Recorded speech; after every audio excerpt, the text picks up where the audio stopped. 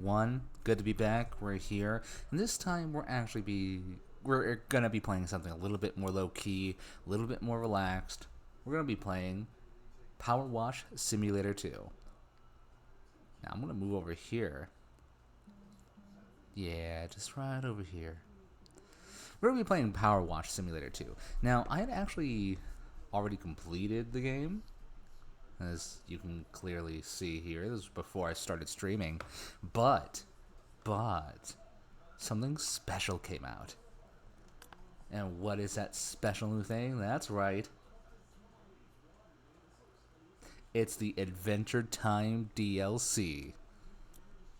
I said I was going to play this on stream, and I'm living up to that.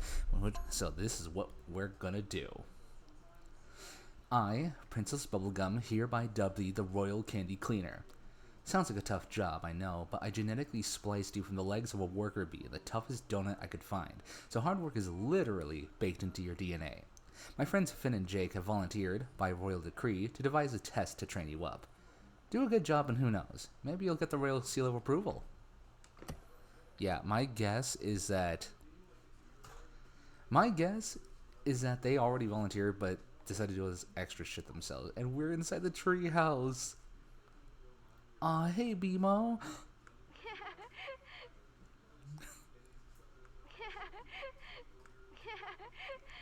I got to pet BMO. There we go. Best game. Dude. Oh, is that Marceline's guitar? Why do they have it? Dude. I love... Anytime I get to interact with the world of Adventure Time in any meaningful way... Snail! Anytime I get to interact with the Adventure Time world in any meaningful way, I get so happy. The only other thing I've ever seen that allowed me to do that was the Lego Dimensions expansion. That was so cool. Especially because you could just go... Oh, shit. Hold on. I didn't even notice that the thing changes. Candy washer. Oh, that's so cool. I love attention to detail. Oh, even the style of the bubbles changes, and most of the other levels, well, pretty much all the other levels, the bubbles are like hyper realistic, but this one's got a more cartoon look to them. That's so neat. We're gonna clean up everything. Clean up everything but our actual rooms, because that's how we do it, everyone. That's how it's supposed to be. We meticulously maintain digital spaces and neglect our real ones.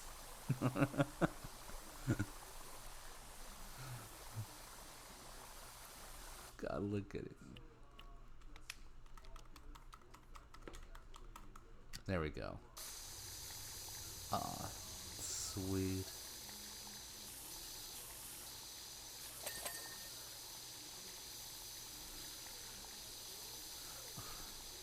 Sure have, Jake.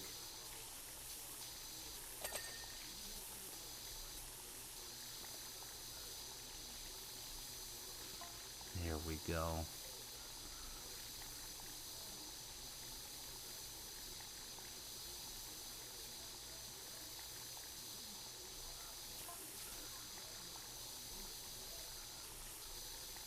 This is Finn's shoes. I think those are Finn's.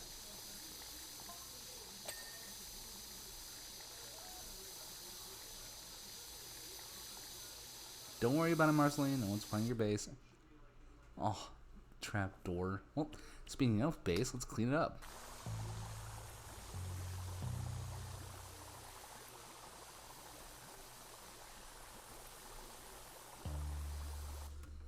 God. Did anyone else like instantly fall in love with Marceline the first time we heard her actual first song? Like the Dad Ate My Fries songs? Because before I thought she was okay, Marceline's kind of cool, nice. Heard that song for the first time, is like, I don't know. There's clearly more to you, Marceline, and I will absolutely fight every kind of demon for you.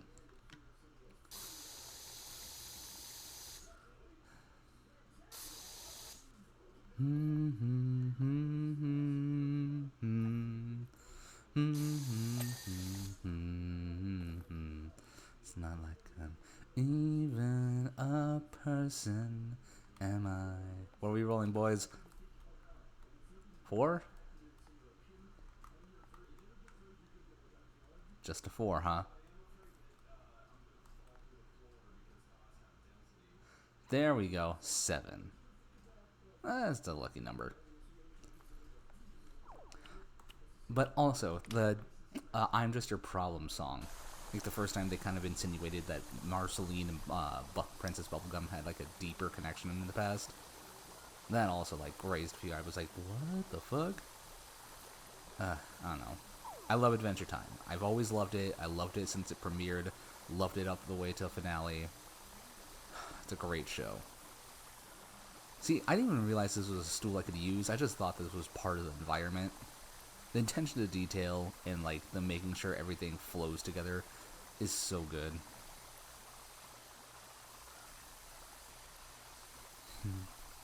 That being said, I wonder if have any of you ever seen Pendleton Ward's other show, The Midnight Gospel? It was essentially an animated version of a podcast by the same name, The Midnight Gospel. I'm sorry to say that I can't remember the name of the host, but clearly he's the star. And it was so cool because they essentially just took like the audio from the show and made a whole from like the podcast and made a whole ass show out of it. And it was so visually weird and like creative. And it was a real trip. Even though and like each episode had like a different discussion of things. Like some was talking about magic and the drug crisis and stuff like that. But I think the episode that really affected me was the episode in which the guy's actual mom was in the episode and was talking about, you know, the inevitability and therefore the inevitable reconciliation with death and the passing of a loved one. And my god, man, the final line of that episode, the final line with his mom, hit me like a fucking truck. I'm not exaggerating that when it was said, I actually broke down sobbing. Like, that's how powerful it was for me. I don't remember every detail, and quite honestly, the way I'm explaining here doesn't really do it justice. So, if anything, I will say, if you can, and if it's still on there, because I know Netflix can be kind of shitty about that sometimes, go watch The Midnight Gospel. Like, however you can. It's definitely worth your time, especially that final episode. You don't really gotta worry too much about all the shit you see on screen, because there's a lot of stuff that's not gonna make sense. And don't worry about if it's because you're lacking context. There's not a whole lot of context to be had, really. But just go with the flow and just kind of listen to the conversation is where I'm getting at.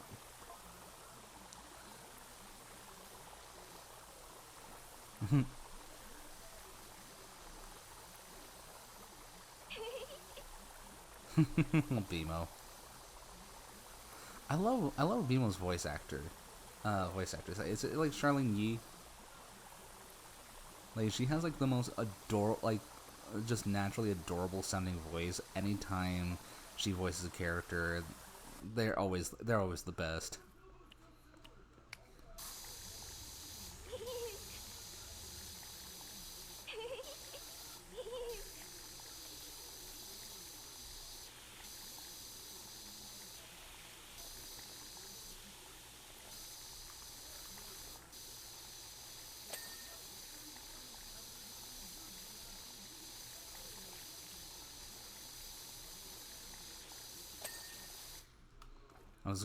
I was worried for a bit that, oh shit, it's Finn's backpack.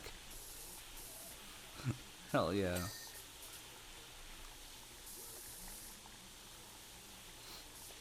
I never thought that shit was practical.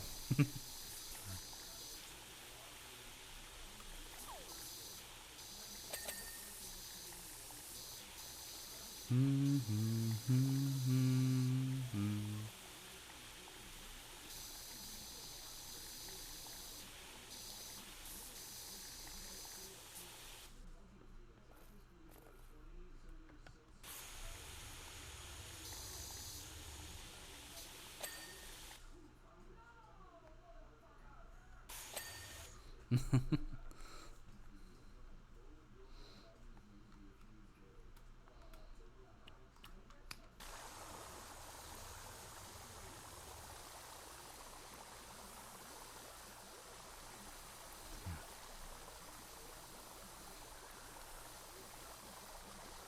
that Jake's viola? Of course it is. Wow. Sorry if I'm not very, like, talkative in this one. Powerwash Simulator has always been one of... Oh, it's the Enchiridion! Powerwash Simulator has always been one of those games that's always been, like, more low-key for me.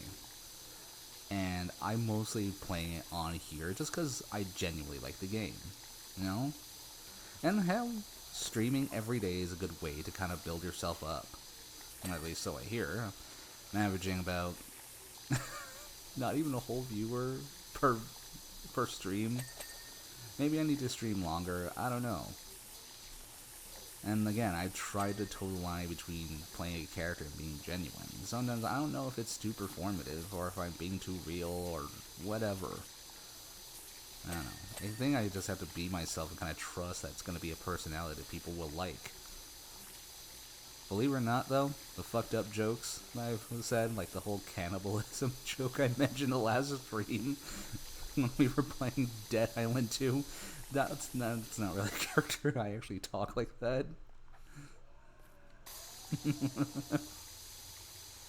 I don't know. Point is, I want to, like, make this streaming thing an actual thing for myself, you know? And lately I've been, like, making friends with every streamer I can on TikTok. At the very least, introducing myself, saying hi. I compliment their avatars, which I genuinely am giving like a genuine compliment because a lot of them look really fucking good. I can't remember her name, but like there was like this one who has this really stylized looking avatar, and it just looks so cool. Because it looks more like its design definitely looks more Western than like anime, like a lot of designs do. And I'm looking at it, it's like Jesus Christ, I can't imagine the effort that went into rigging it. And oh God, that's what I want for myself, you know. And I see all these messages like sometimes with people is like, hey, do you want to check out my stuff? And like, I can make you custom backgrounds and nameplates, and I can make you an avatar. It's like, no.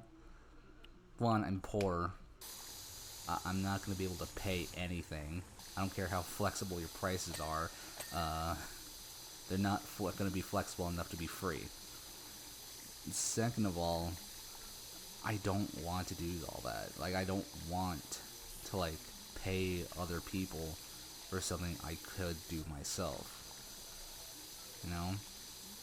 If anything, that's like the big reason why I don't have like a VTuber avatar yet.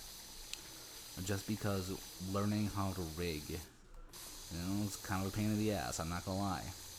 There's a lot of weird shit that I don't get. There's a lot of weird settings I have to finagle with. And when I get it, I'm gonna have to be satisfied with it for a while.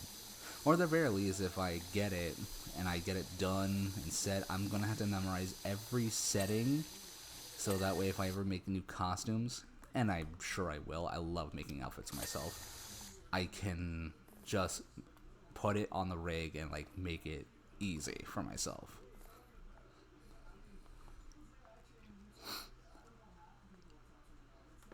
Ow, ooh, pinching the... Alright, we're gonna go ahead and wash the stove now. Look at this. What the hell even happened here? Is this just paint? What the hell were they doing?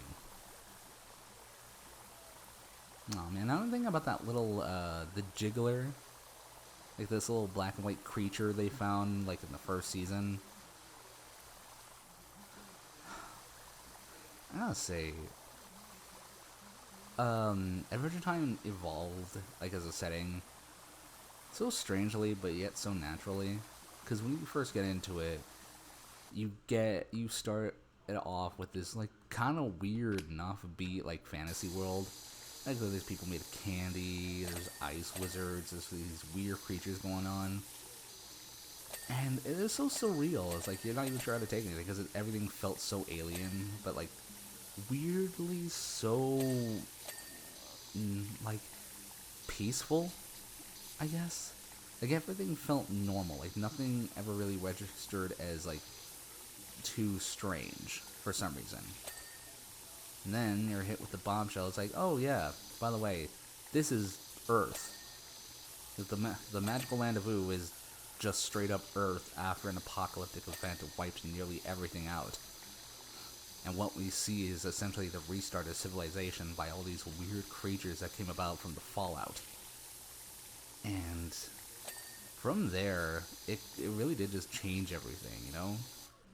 You look around, you start seeing things, and like, certain things start to make sense. Like, you see all these fucking missiles in the ground. It's like, okay, that's a weird detail to have. And it's like, oh, well, there was a nuclear war, so yeah, of course there would be missiles just like in the ground, probably duds. And then like, I don't know, all the once innocent stuff seems a little bit, well, it's still really innocent because now it's lost its meaning because no one even knows what happened aside from there being the Great Mushroom War.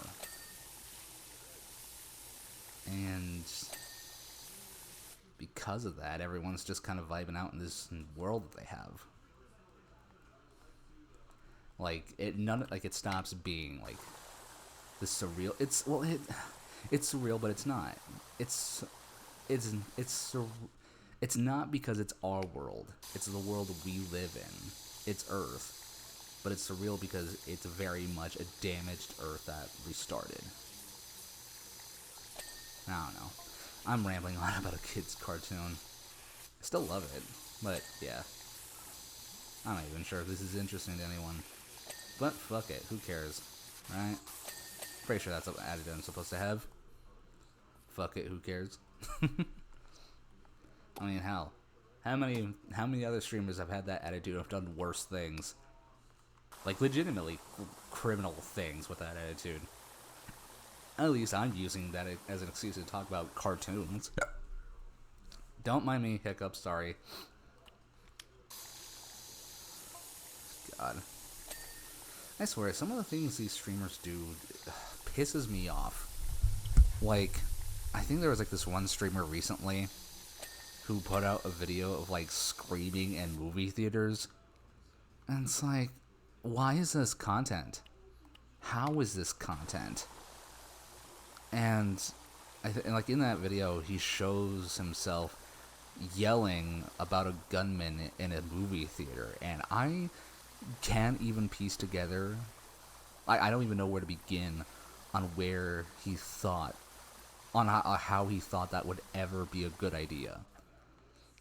And of course, like the dumbass he was, he uploaded the video, and the police, of course, came looking for him, and even said outright that if he had never posted it, they never would have caught him. And I'm glad they got him. You can't do that shit. Like, what kind of asshole would ever think it would be okay to yell that in this movie theater just for, like, a YouTube video? So, I hope he gets jail time. Like, straight up. Because, like, that's actually dangerous, you know? Like, because you could cause a panic, people could run, they could hurt themselves in the ensuing, like attempt to escape, because they think there's an actual danger to their lives. So, like, I hope they don't just let him off with a slap on the wrist. I think I hate that most of all. When, like, they just use that, oh, he's just a young kid, this could ruin his life. It's like, good. Let it ruin his life. He should have known better, and these are going to be the consequences to his actions. I hate when they get that excuse, you know? Stupid. Like, there are things that can be unexcused. Like, if it was, like, legitimate, if someone fucked up and there was, like, a legitimate accident, I could maybe understand. But if they purposely did something they know is stupid or irresponsible or outright dangerous, no. Don't give them a slap on the wrist. Actually give them consequences. Because if they don't, then at best they just go off scot-free, nothing ever happens, it'd be like it never even happened in the first place. Or they just kind of get encouraged to, like, do it again because they're not going to get punished for it. It's also why I'm against like certain things having where the punishment is only a fine. Like speeding is only like to a point. Or the really, I think fines should be proportionate, you know. But it's hard to calculate that because realistically, like a person like me, I speed and I get like a $500 fine or something like that. That's gonna fuck me up. It will actually fuck me up. But a person who like is like wealthy and well-to-do, $500 is not gonna is gonna mean nothing. A minor inconvenience at best, you know.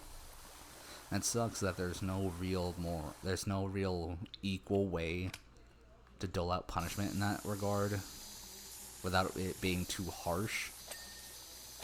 And I don't know. I hope for something better, but maybe that's idealistic.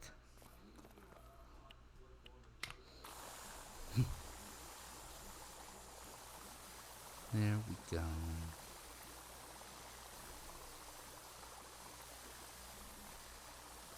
There. I wonder whose hats these are. We're going to see right now.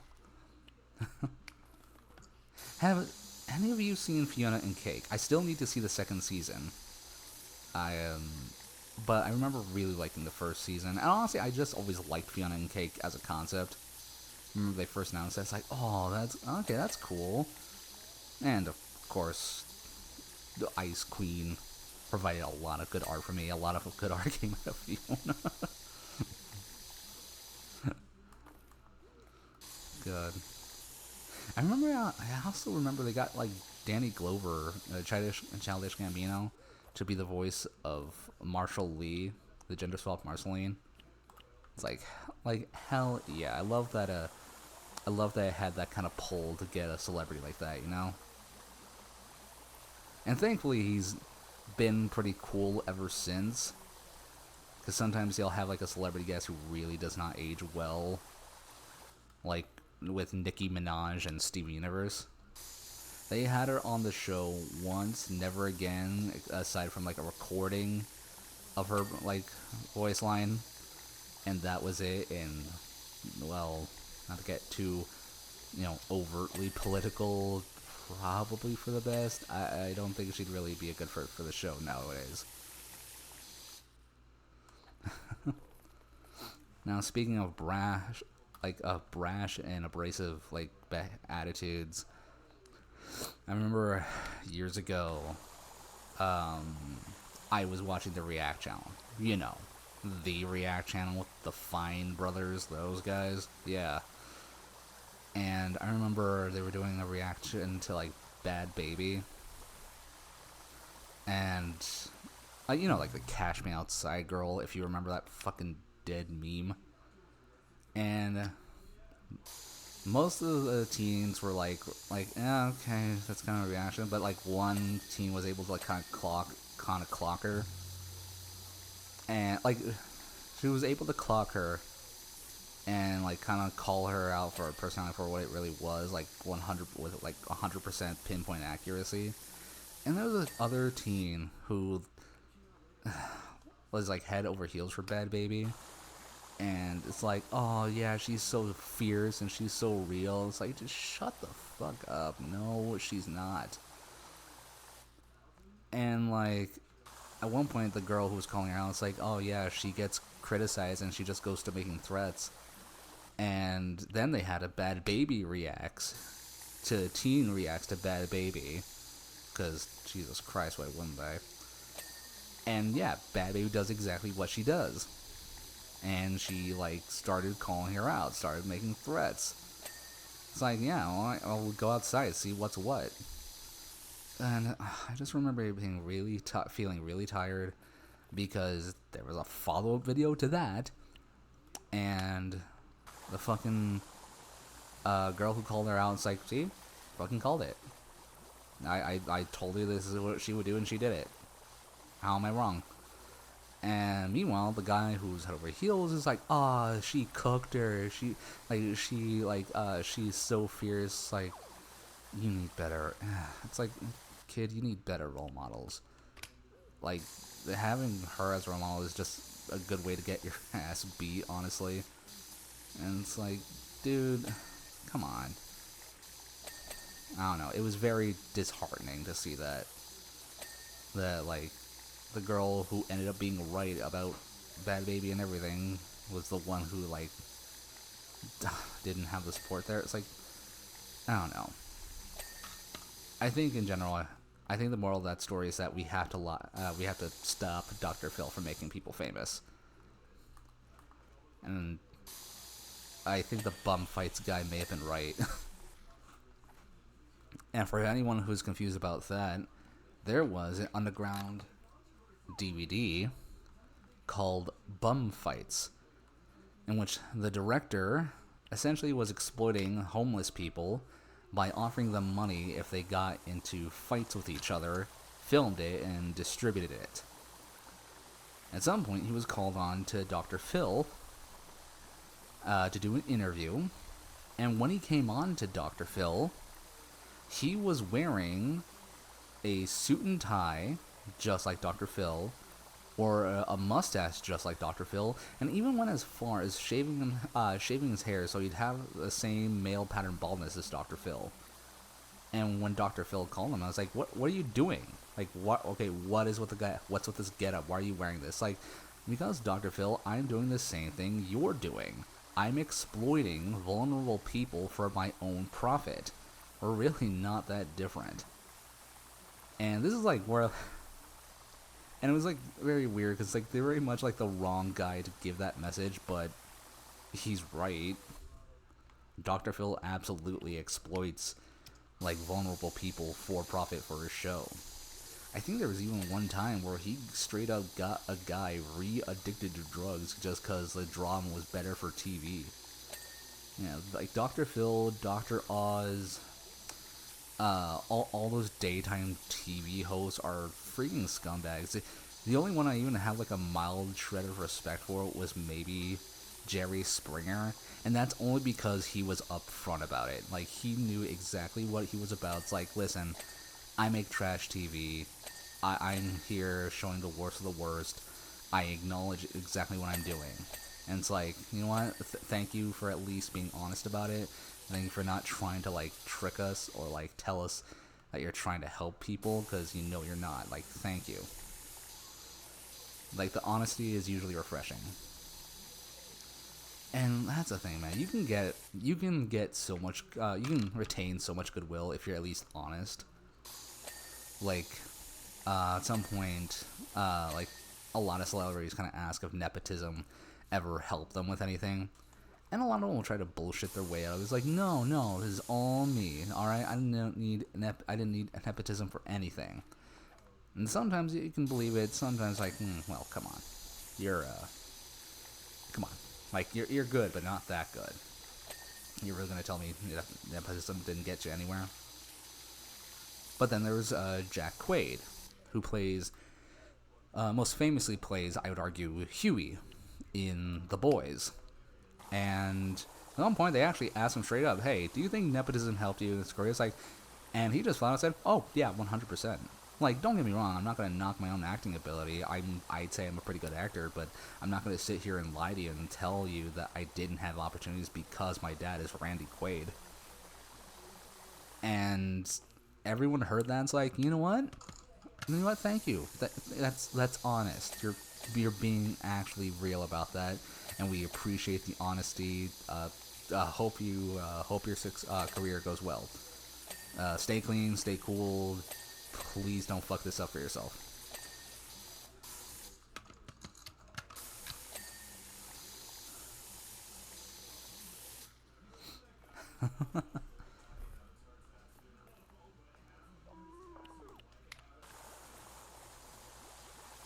Oh my gosh.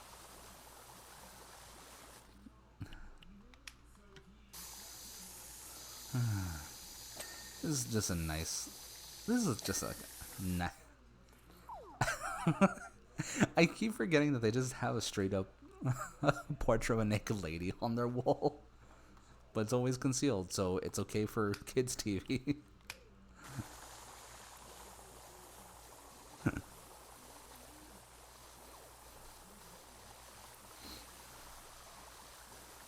There we go.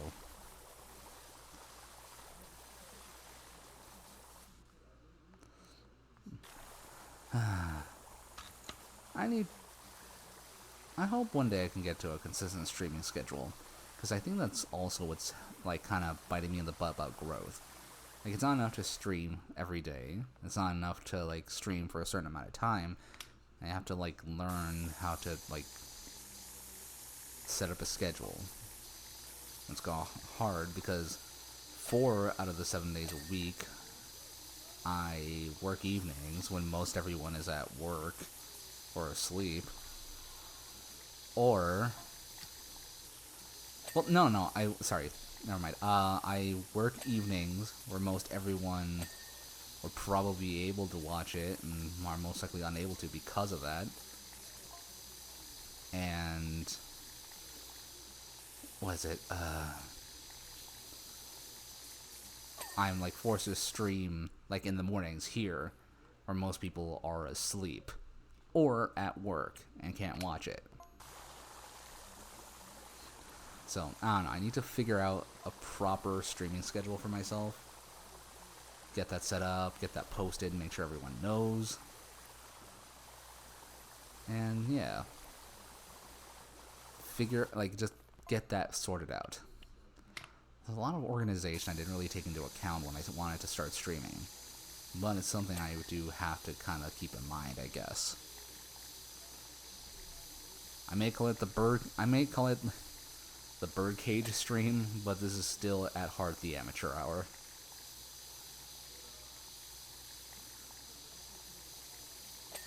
There we go. Now let's see. All the walls are good. Oh. What? Oh.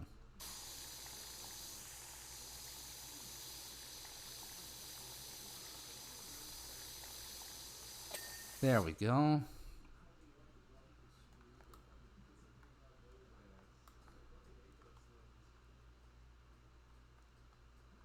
Jesus Christ. Oh, okay.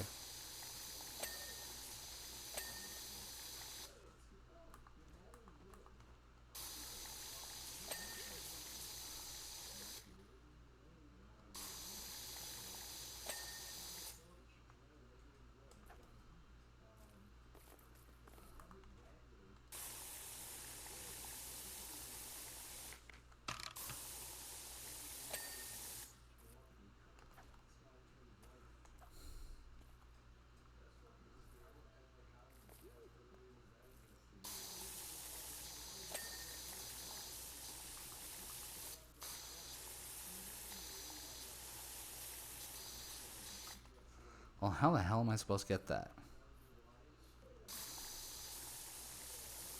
No, seriously, how the hell am I supposed to get this?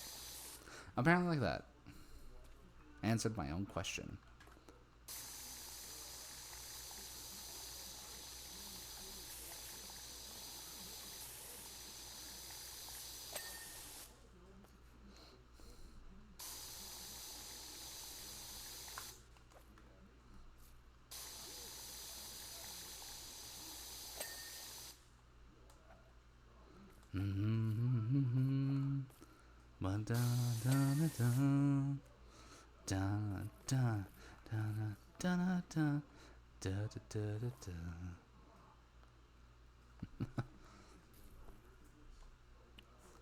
All right.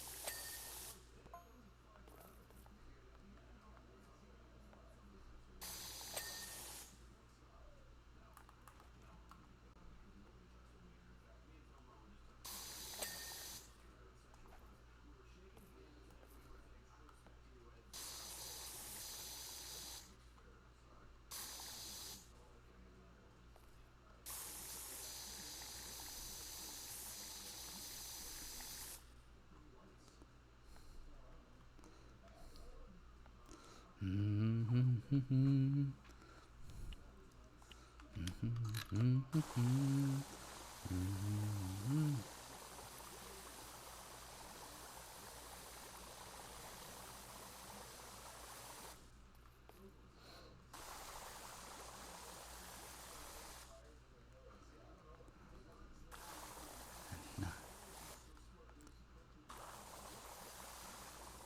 we go.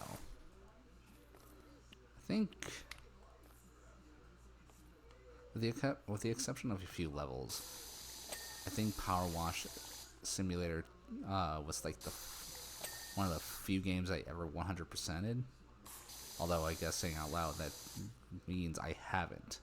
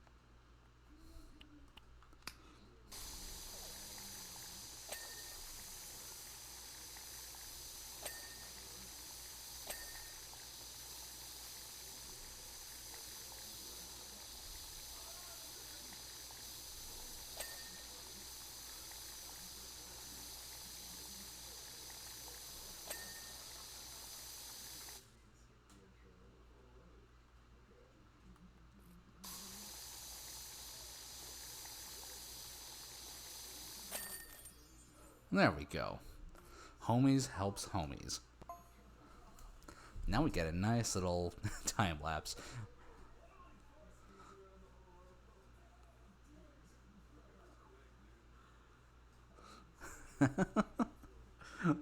Hell yeah, look at that. Schmouse out, RCC. That was tops. Can't believe you cleaned everything. I was kind of hoping you'd leave something behind since we cleared out the cupboards, making the place all skronked up. Maybe we can grab lunch elsewhere. Ah, well, sorry, Finn. Pizza Sassies. My royal candy cleaner. While we wait for Finn and Jake to show up with their test results, something's coming. Jesus. The front of Pizza Sassy's got all donked up with snow and ice. Again. As the Candy Kingdom's only savory restaurant, it's imperative that Sassy's is reopened ASAP. Also, it's pizza night and I'm in the mood for a sweet and Sassy's. Huh. Oh yeah. I guess it would be the Candy Kingdom's... Oh, Jesus. Jake? Huh. Hey, Jake, I thought... This is weird. This is like the first... I think this marks the first official time you interact with anyone you've had contact with, like, in, like, these games. Like, I mean, like, direct contact with. Like, direct interaction. This is weird.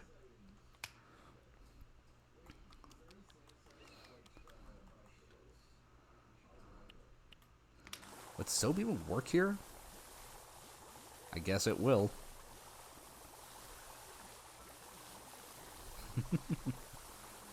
There we go. There we go.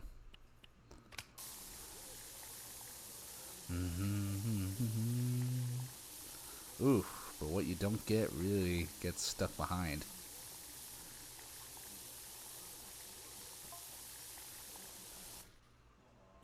Hey, Jake, I'm gonna get to the bottom of this snow and ice thing. Well, I mean, it's Ice King. think it's pretty obvious.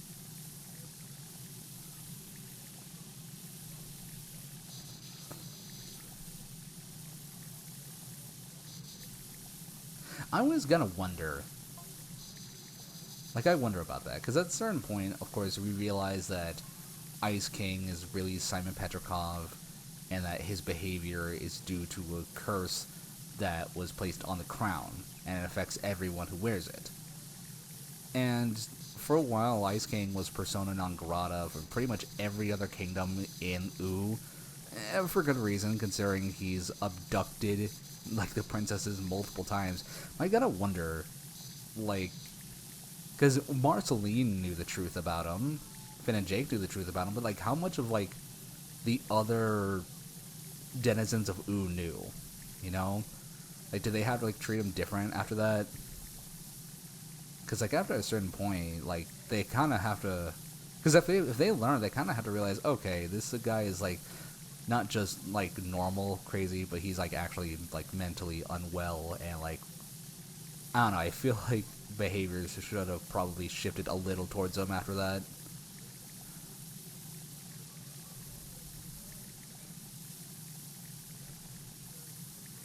It's like it's like getting upset that a guy's like seemingly cussing you out, but then you realize, oh, he's not trying to cuss me out. He just legitimately has Tourette's and like can't help it. It's like, oh shit, okay, I can't really be mad at that. Like they have to do the same thing, right? Like obviously to a point. Like obviously they can't just let him take the princesses, but like they can't exactly just brush him off as some skeevy old guy stealing princesses anymore. They have to like, kind of come to terms with like, ah, Jesus, like how do we even deal with this? Like how do we ethically deal with this? That being said, like I gotta say, for a man who legitimately went insane with like fantasy dementia, Ice King really did make a cool ass home for himself in that mountain. I think it was furnished and had different rooms. He had a whole ass drum kit. Legitimately really cool. I'd like to have it. Like, I'd live in there. I'd have to invest heavily in parkas and stuff, but, like, I definitely live in the Ice King's palace.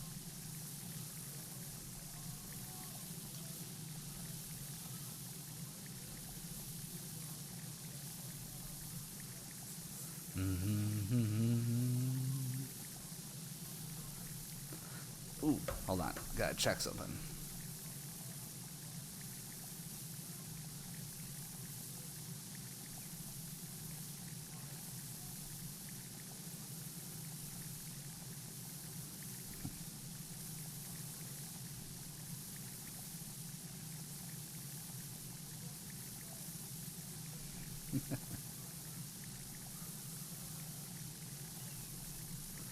There we go.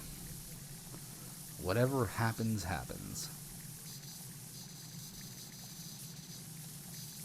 That being said, I should really put my phone on a charger. Jesus Christ, I'm kind of raw dogging that power-wise. There we go.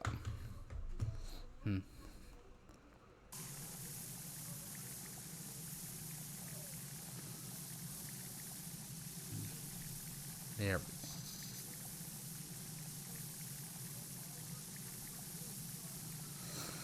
You know what would be really cool, like content-wise? And this is actually a thing that one of my coworkers brought up. It's like the WWE games, you know? Specifically, it'd be really cool to like just make a bunch of custom characters, maybe based on OCs and whatnot, and make them the best of my ability. Obviously, I can't do much because I do not have the money to buy all of that DLC, and quite honestly, I don't think WWE deserves that much money. But it'd be really cool to just like load up a tournament, make it all bots, and just like let them all duke it out. That'd be really cool, honestly, to see who comes out on top. And that's what he does. Like he'll get his viewers to submit like their characters, share their characters. He lines them up all in a tournament. I'm pretty sure like a Royal Rumble style tournament, and they just let them go to town. And honestly, I've done that myself. There's been moments where like I was bored, um, and I just decided, you know what? I'm gonna have my own Royal Rumble tournament. I missed the last one, and I don't really have a means of watching it at this moment in time. So yeah, I just popped on, made the setting like NXT's Halloween Bash or something or whatever, Halloween Havoc, because you know, spooky. And yeah, just sat back and watched. Legitimately entertaining, honestly. Legitimately a good way to like pass the time.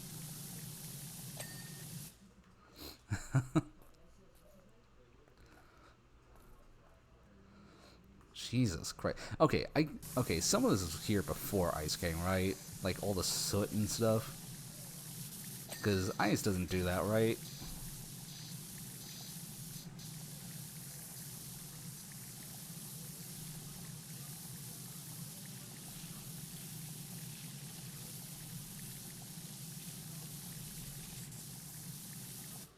Jesus.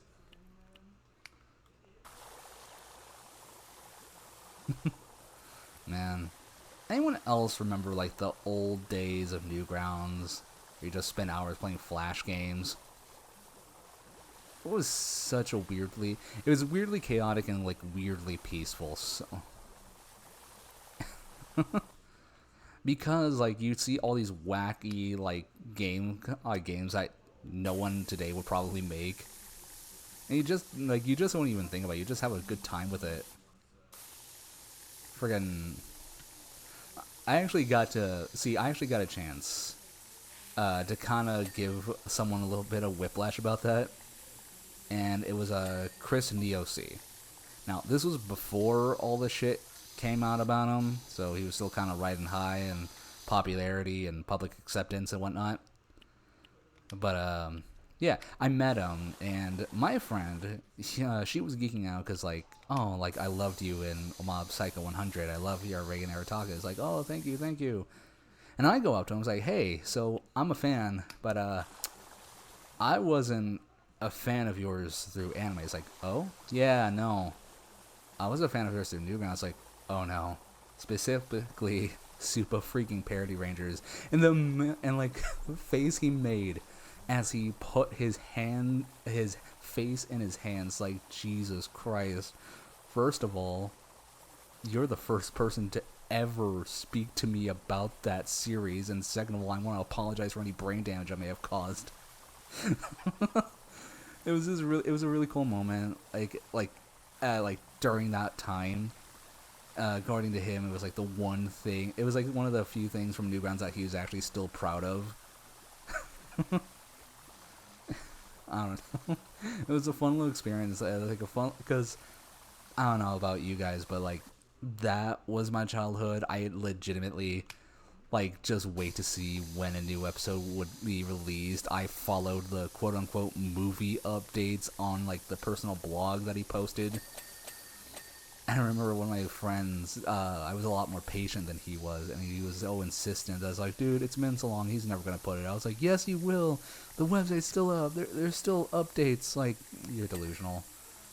Well, guess who fucking won that argument? Me. This is shit content.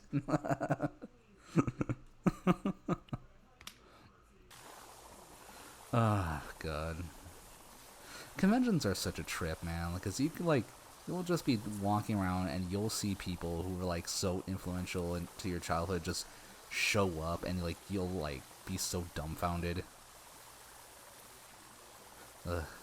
I remember we did cause, like, a little bit of a social faux pas, me and my mom, because we were walking around. It was our first convention that we had ever gone to, and we had met, and, like, we saw a booth that had Brian Posen in it, and of course we go to him, and like we were telling him how much we love it, and like he's smiling, but he definitely looks a little awkward, and it's like, oh, thank you, but like I thank you, but there is a line, and we look over, and we see a line of people who look a little irritated, who looked pretty irritated and everything, and like we immediately start apologizing. It's like, oh my god, we are so sorry. Good to meet you. Later, bye. I don't think we ended up going back there just because like we couldn't face that again. Like that was too embarrassing.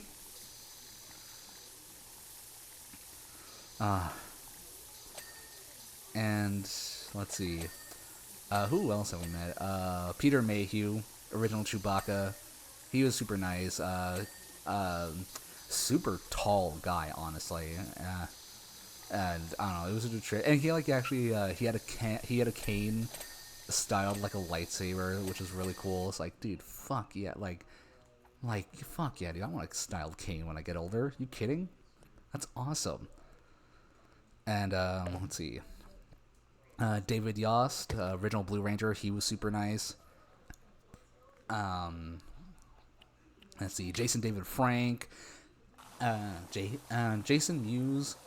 We met Nichelle Nichols, but it was kind of soured a bit because like my mom like loved her, but it's like, oh, Nichelle, Miss Nichols doesn't like, her assistant or whatever said, oh, Miss Nichols doesn't do handshakes. Like, oh, okay, cool. Not sure who's asking for handshakes, but okay.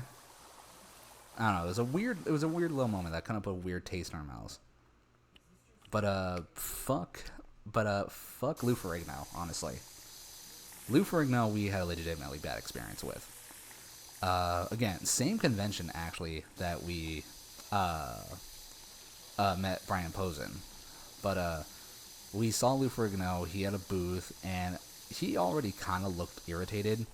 Like he looked annoyed to be there. And my mom, she was actually a huge fan of this. She loved the Incredible Hulk show. And it's like, oh, I loved your show. I watched you all the time when I was like a teenager. And like the only response was like, yeah, like this, like it's this much for a photo.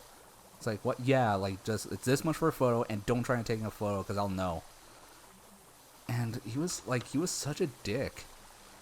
And I don't know if he was already had like a bad experience or what. You know, I don't know his personal life obviously, but nah, fuck that dude. Like you meant a lot. Like, he meant a lot to a lot of people, and to treat any of them like that is fucking shitty. Especially since it was like my mom, you know. It was so heartbreaking when we walked away because like we got like further in the way, she started crying. She was like legitimately so upset that he was a fucking dick. And I don't know. Point of that story is fuck Lou Ferrigno. Worst Hulk, piece of shit, fuck you. You absolutely did steroids when you were in the MLB. You're not fucking kidding anyone.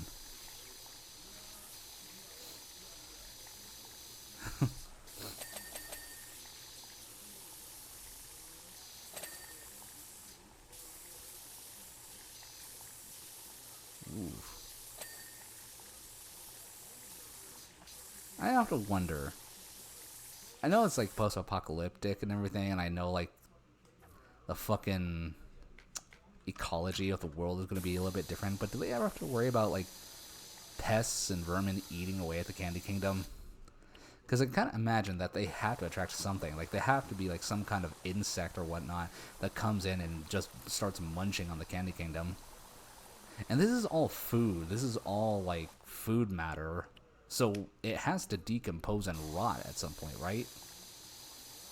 I don't know. These are like the type of shit I think about. And that's the thing. Like, I can think about it in retrospect. It's like, okay, whatever. It's fantasy to a point. Like, her powers are literal magic. There's a science on, like, there is a science to it, apparently, like, according to the show. But it's a science that she herself doesn't fully understand. And she's trying to understand it, which I actually thought was a cool little detail. That she, like, no, she refuses to acknowledge it as magic. She's going to acknowledge it as science and physics. And I liked how, like, when she started doing that, she actually kind of got a power boost from it. No, cool details. There's a thing. There are, like, times where, like, if you get me thinking about something too much because you had to put too much explanation to it, or you put the wrong kind of explanation, it can ruin the whole movie for me. And that's what happened with the movie Us by Jordan Peele. I hate that movie. Because the more I think about it, the more it doesn't make sense. And like, I hate this. Like, oh, it's kind of up to viewers' interpretations. You know, like, no, fuck you. Like, no, like, you made an explanation for this, and you're asking us to interpret that. Now, for those who haven't seen the movie, in the movie Us, you see a family get terrorized by a family of doppelgangers that look exactly like them. Like just down to the nitty gritty, like they look exactly like them, one for one. And when you watch the movie, you find out it's not just that family, but it's every family, everywhere, like in the world, has their own doppelganger that is actively trying to kill them and take their place. Later on in the movie, now you're probably wondering how this happens, and like you could say, oh, evil mirror dimension, you know, generic sci-fi analysis you could say, but no, you find out that all the doppelgangers were created by the government as a means of surveillance, and everything that the people do, like just in the normal day-to-day lives, the doppelgangers, the others, do the same thing. They gave it like a real-world explanation, like a non-supernatural explanation. And I fucking hate it because it forces me to think about it, and it forces me to think about the logistics of it, and it makes no goddamn sense. First of all, like, why would you need that to, like, spy on people? Like, what is the benefit of making doppelgangers to spy on people? How are they that in tune with their other person, with their real person, that they can, like, copy their movements exactly? Secondly, like, how the hell, and this is like the part that actually really trips me out, they have kids, right? Like, the mom and dad, you know, they get together, and naturally their doppelgangers get together. And then they have kids. And then their doppelgangers also have kids. Now, here's the thing, guys. I'm willing to believe that these doppelgangers will have kids at the same time. I can at least suspend a disbelief for that. But you're going to tell me they're going to have the same kids in the same order as their real world counterparts, and that they're going to look exactly the same? That's not how genetics work. It doesn't work like that. It's not impossible, I suppose, but the chances of that actually happening are so small that it might as well be impossible. And I don't know, I started thinking way too much about it, and it ultimately ruined the movie for me because, like, I just could not reconcile over that. Because, they could have just as easily said, like, oh no, they're from evil mirror dimension or something like that, and just have them like this freaky, like sci-fi fantasy things. Like, okay, you know what? I'll just shut up about it. Who cares? But it's too grounded of an explanation, and because of that, it actually has to make me think about it. Well, at least it makes me think about it. I'm not sure if I have to, but it makes me, and I just can't get over it. As opposed to, like, Get Out. Because obviously, you know, scientifically, the hypnosis thing with the personality transfer doesn't make much sense either, but at least they're willing to, like, go that, oh, this is mad scientist shit. It's like, okay, yeah, it's mad scientist, it's bullshit science, and we don't have to think about it. It's like, this is very clearly just sci-fi nonsense, and okay, you know what, we can work with that, we can make that and work that into the metaphor, we're cool. And I don't know.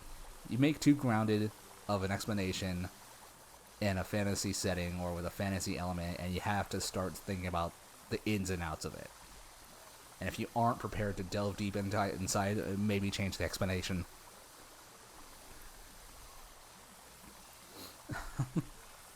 And I don't know. So, point is, that's why I can't watch the movie Us anymore. It makes me think too much.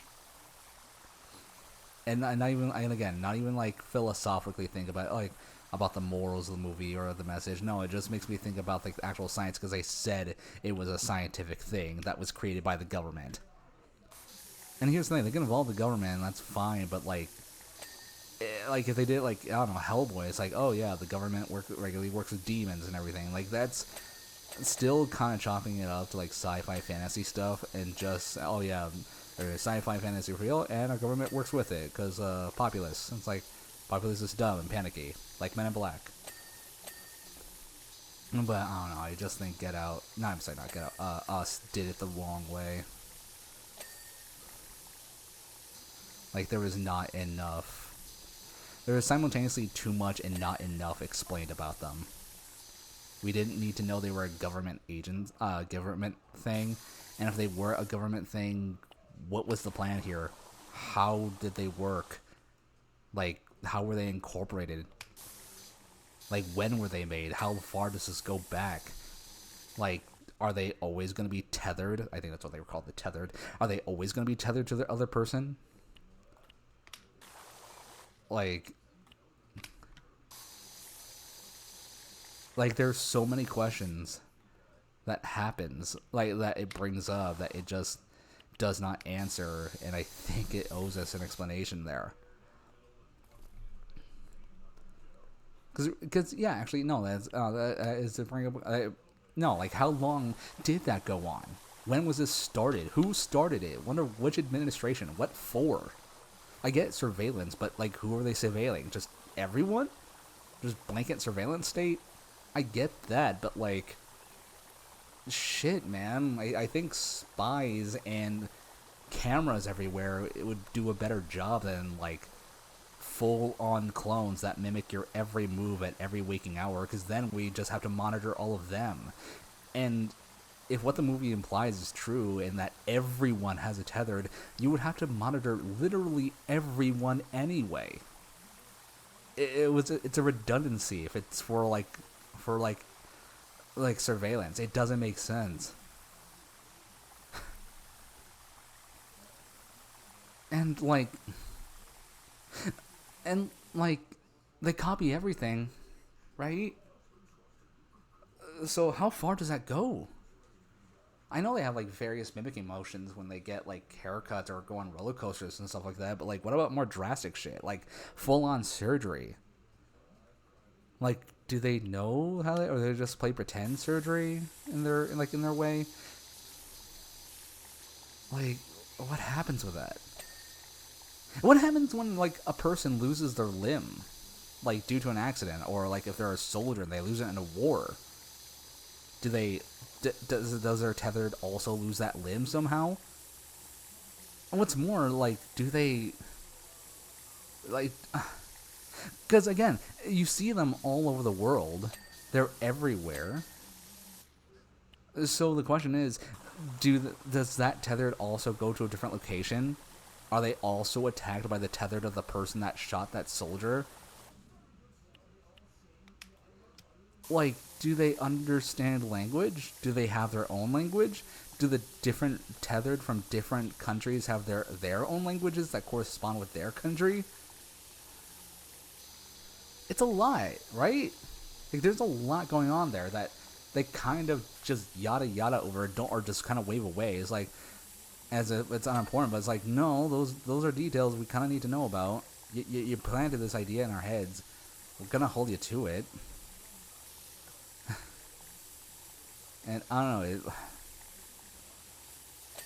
I'm like, now I'm thinking, man. Again, this movie makes me think about stupid shit, because now I can't unthink about it. I can't just not think about it, because it raises these questions. It does it to itself. Like, okay, like what happens when a person gets sick? Does the tethered also get sick, or does it just, get a facsimile of the sickness, or does it just pretend? How would it know? I guess ultimately that's what comes down to. How do they know what's happening? How do they just innately get tethered to that? Now, how are they tethered? How does that work? And spoilers for, like, I think at this point a decades-old movie, but you find out that the mom is actually the tethered version of the mom who had swapped places with the actual mom when they were kids. So, is she not tethered anymore? Because she wasn't copying anything she did. And Yeah, because she wasn't copying anything she had did anymore. And like she was very clearly acting independently, so is this something they can just stop doing? And if they can stop doing it, why bother like killing the other person at all and taking their place? If you can freely act as your own person, why would you care? Just be your own person. Just, like it makes no sense why they would want to kill the other person in the first place. I mean, it makes sense for like the mom to kill the tethered mom because the tethered mom, took her place and everything. It makes sense for like the main family to be targeted, but no, you find out like everyone is being targeted, and I don't get why. Because like the mom's motivation is that her life was stolen from her by her tethered self, so she wants revenge for essentially living like those conditions. I get that, but like, why are they going after the others? And here's the thing, the tethered mom was able to live in society. She was able to be like a normal person with a normal life who had a family. So like they have intelligence. They can behave on their own. Which then raises the question, if she's the tethered, then how did she get to like marry the guy she married? Did she marry the guy she married? Is she still tethered to the mom when she made that decision? Like, did the mom meet the tethered version of the dad and decide to be with him?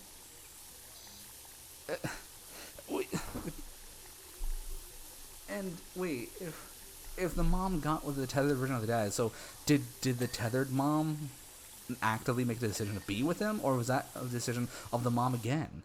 Would she have even had that family? Like, or like, was that thing like the dad approached like the tethered mom, and like naturally his tethered self approached the actual mom in that other space, but like, did she really? I don't get why she would accept it then.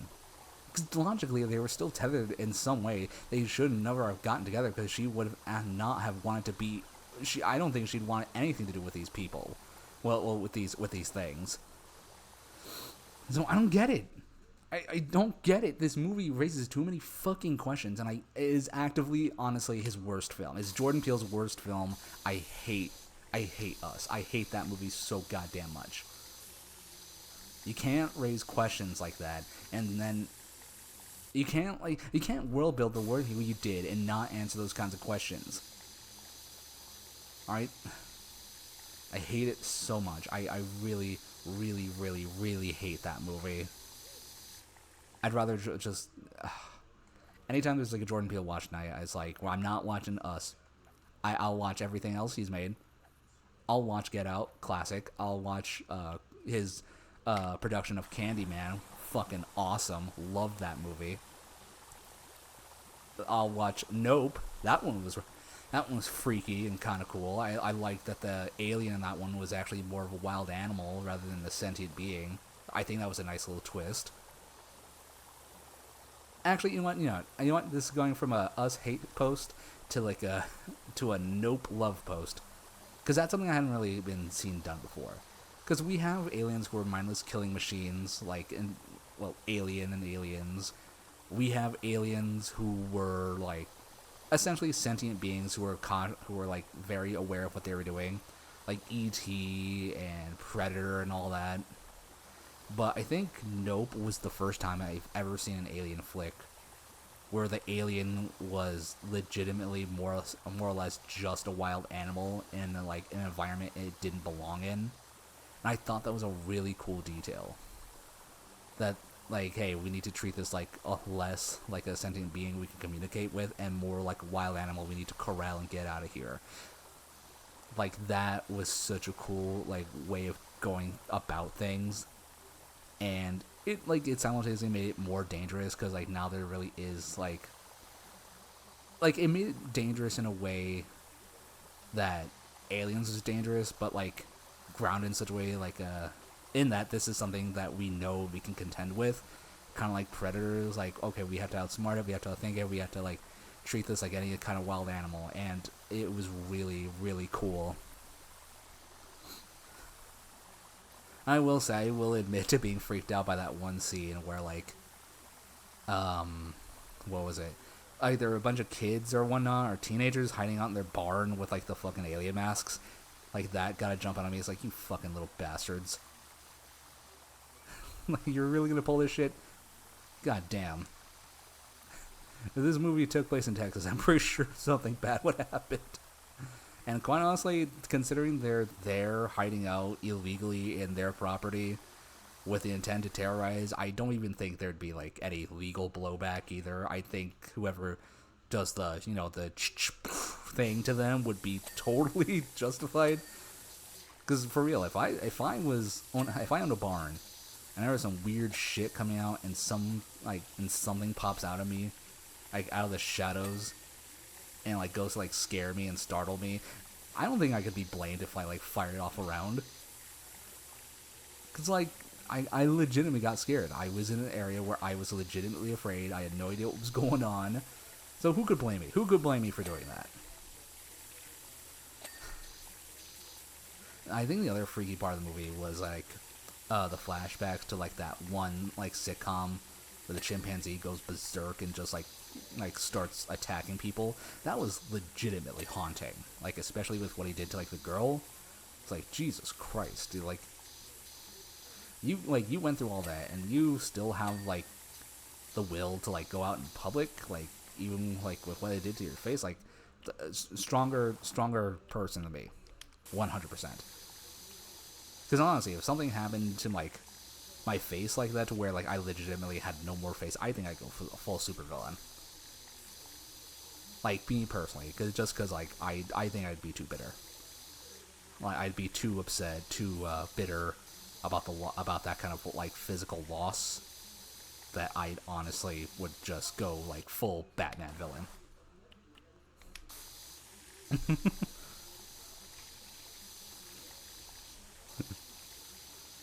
You know, kind of like a major segue, but the dad in Us, he actually, damn it, I can't remember his name, but he plays Dad in Us. He's M'Baku in the Black Panther movies. He is actually in what is it? Like a podcast, like of a Batman podcast show where he's like Bruce Wayne, and it's so fucking sick, dude. Like, him and I think his name is Hassan Minaj, like, plays the Riddler, and like, it's such good chemistry. It's legitimately one of the best Batman things to come out.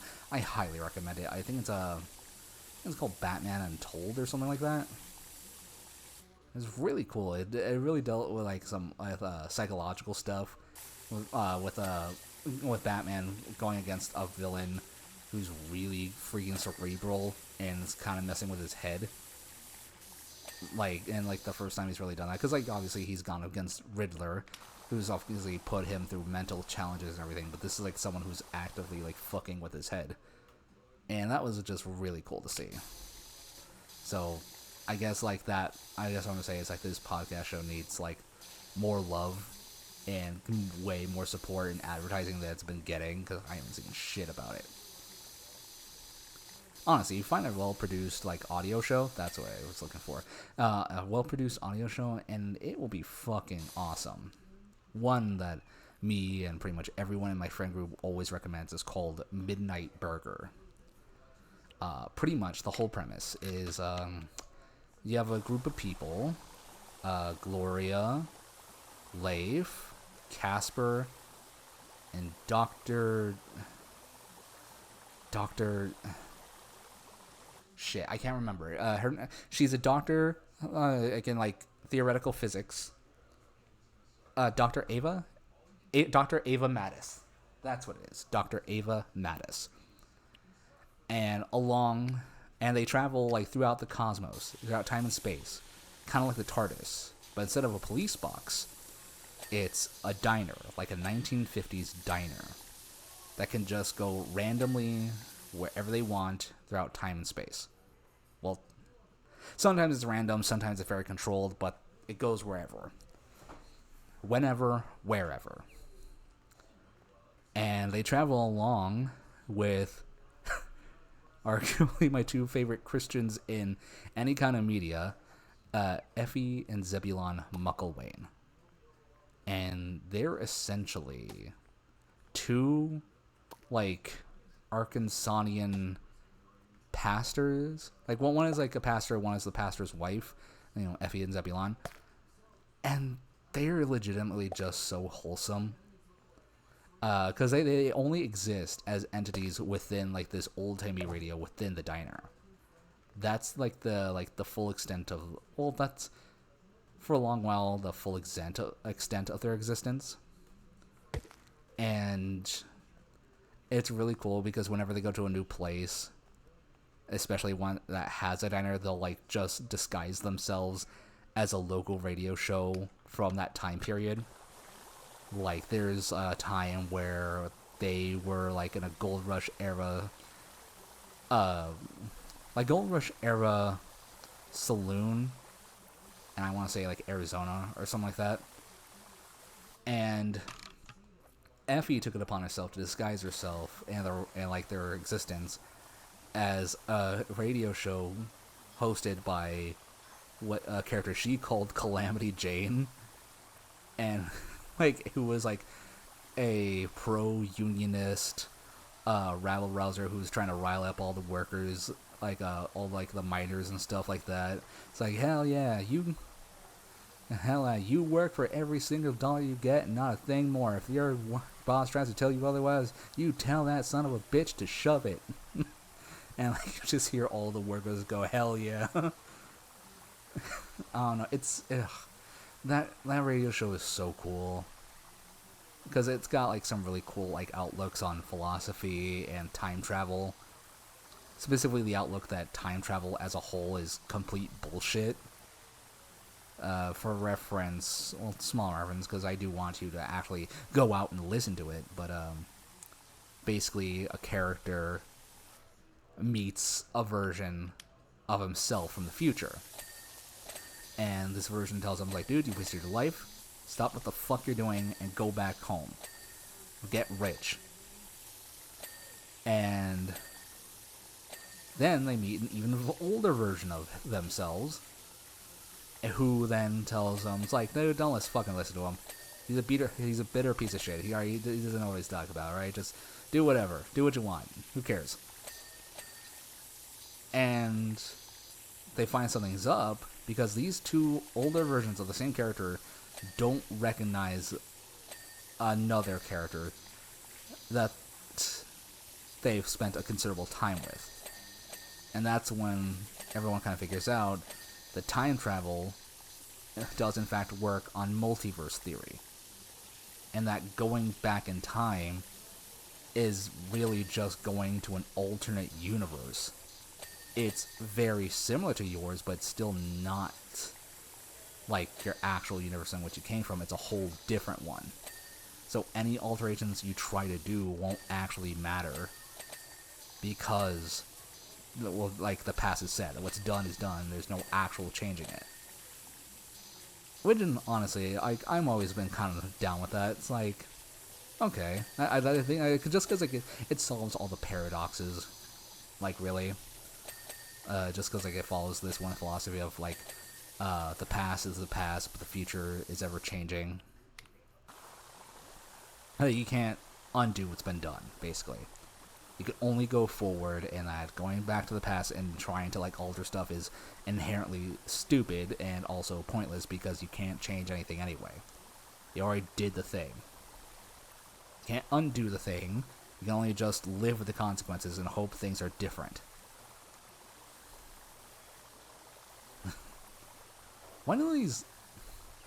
Why is it always these, like, low energy, low stimulation games that make me yap the most? I don't think I could, like, yap like this in Dead Island or High on Life. I can maybe spit out a little blurb or two, but I can't, like, talk like this in those games. Maybe it's because, like, this game is so chill that it gives my brain a time to relax and actually think about stuff to talk about. I don't know. I just hope people, at some point, get a little kick out of it. I think it's kind of cool. At least mildly interesting. Something to put on in the background while you're doing something. Whether you're, like, just doing some random chores, or maybe you're in class and there's a subject that you're just not really interested in, so you put on something to kind of like dull things out. You know, just kind of like even things out, make things a little bit more bearable. Because sometimes we all need that, right? And because sometimes we all have jobs, right, where we get bored and we just need something to like distract ourselves. I think that's fair. I think that's fair to have that. Because sometimes you get to a thing and there's no real like way to spice it up or anything. You just kind of do it. And sometimes, I don't know, sometimes we gotta spice it up. It's like people who can't drink normal water, like they have to put some kind of flavoring on it. I can't fault them for that. Water by itself is just kind of boring. It's ultimately good for you. It's one of the best drinks you could have, but like, fuck me, and this drinking water is just boring. Or grilled chicken with salt and pepper. Like, again, delicious. Very utilitarian, not very interesting. You have it enough times, you're gonna be sick of it. You're gonna want something different. And, it's good to have variety. It's good to have difference. Don't listen to those influencers who say, "Oh, spices are bullshit. You can't have spices." Like, no, fuck you. Spices are good. Spices are there to make your food taste better. Alright? Anyone who tries to tell you that, oh, you shouldn't enjoy eating your food, it should just be for utilitarian purpose, don't listen to them. Those people are miserable. Fuck that. Eat whatever you like. Obviously, you deal with the consequences of that. Like, obviously, if you're, like, trying to lose weight and, like, you eat stuff with, like, a lot of sugar, like, well, you're gonna have to acknowledge that, eating that stuff is not gonna do you any favors if you're trying to lose weight. But, like, aside from that, do what you want. I feel like influencers, especially like a lot of fitness and like looks influencers, have gotten way too much power, or at least believe they have way too much power. And it's like, no, dude. Like that whole looks maxing thing, that is so ridiculous to me. So ridiculous to me, I mean, this guy, like, he's literally taking a hammer to his face to try and sculpt it to be more attractive.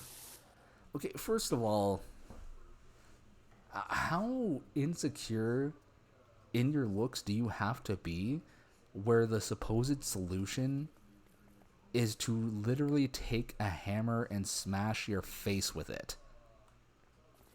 I could not possibly imagine being that insecure in my looks. And I'm someone who has dealt with, like, insecurity issues my whole life.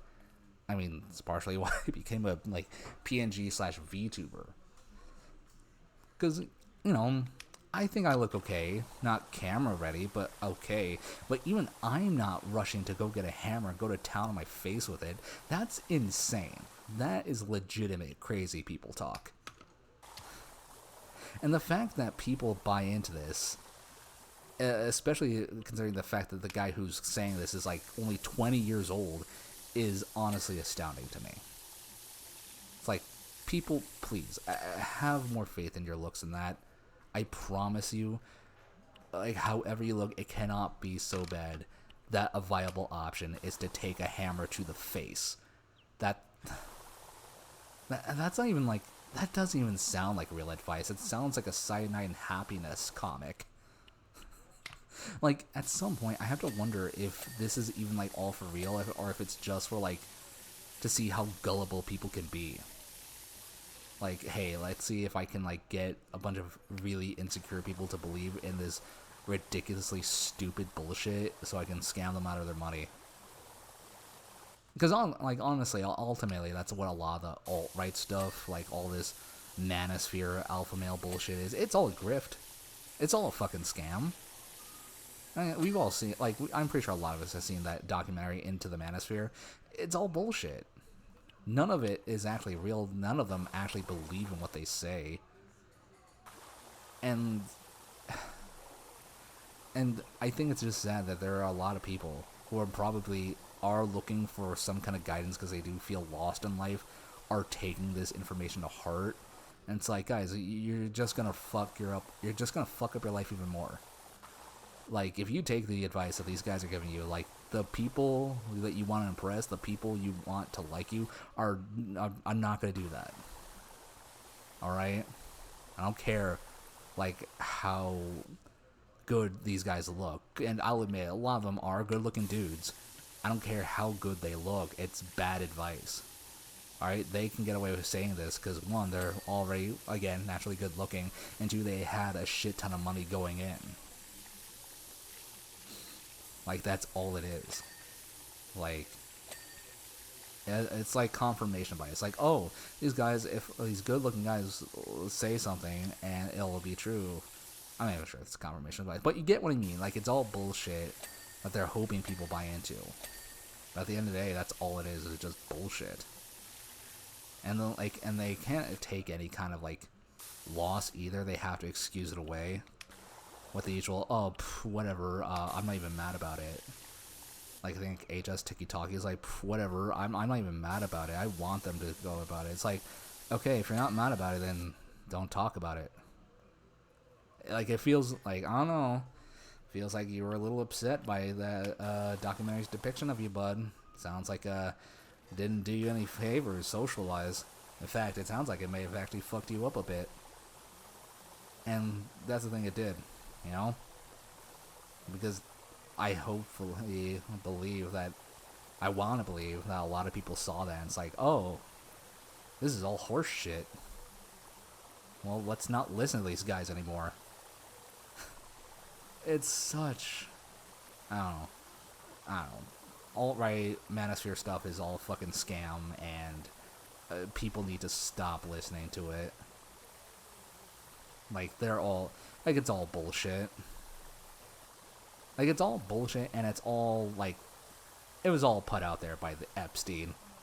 Alright, he got with fucking, who the fuck, whatever, Moot was his name, like, one of the founders or creators of 4chan. They got together, a couple days later, the poll board comes out, that's where all this shit comes from, and now this is where it all comes from. Congratulations, your entire ideology was fed to you, spoon-fed to you by a fucking PDF file, by a pedophile who, like, wanted to scam you out of money and groom you into believing his shit was okay. And congratulations, that's the ideology you're looking up to.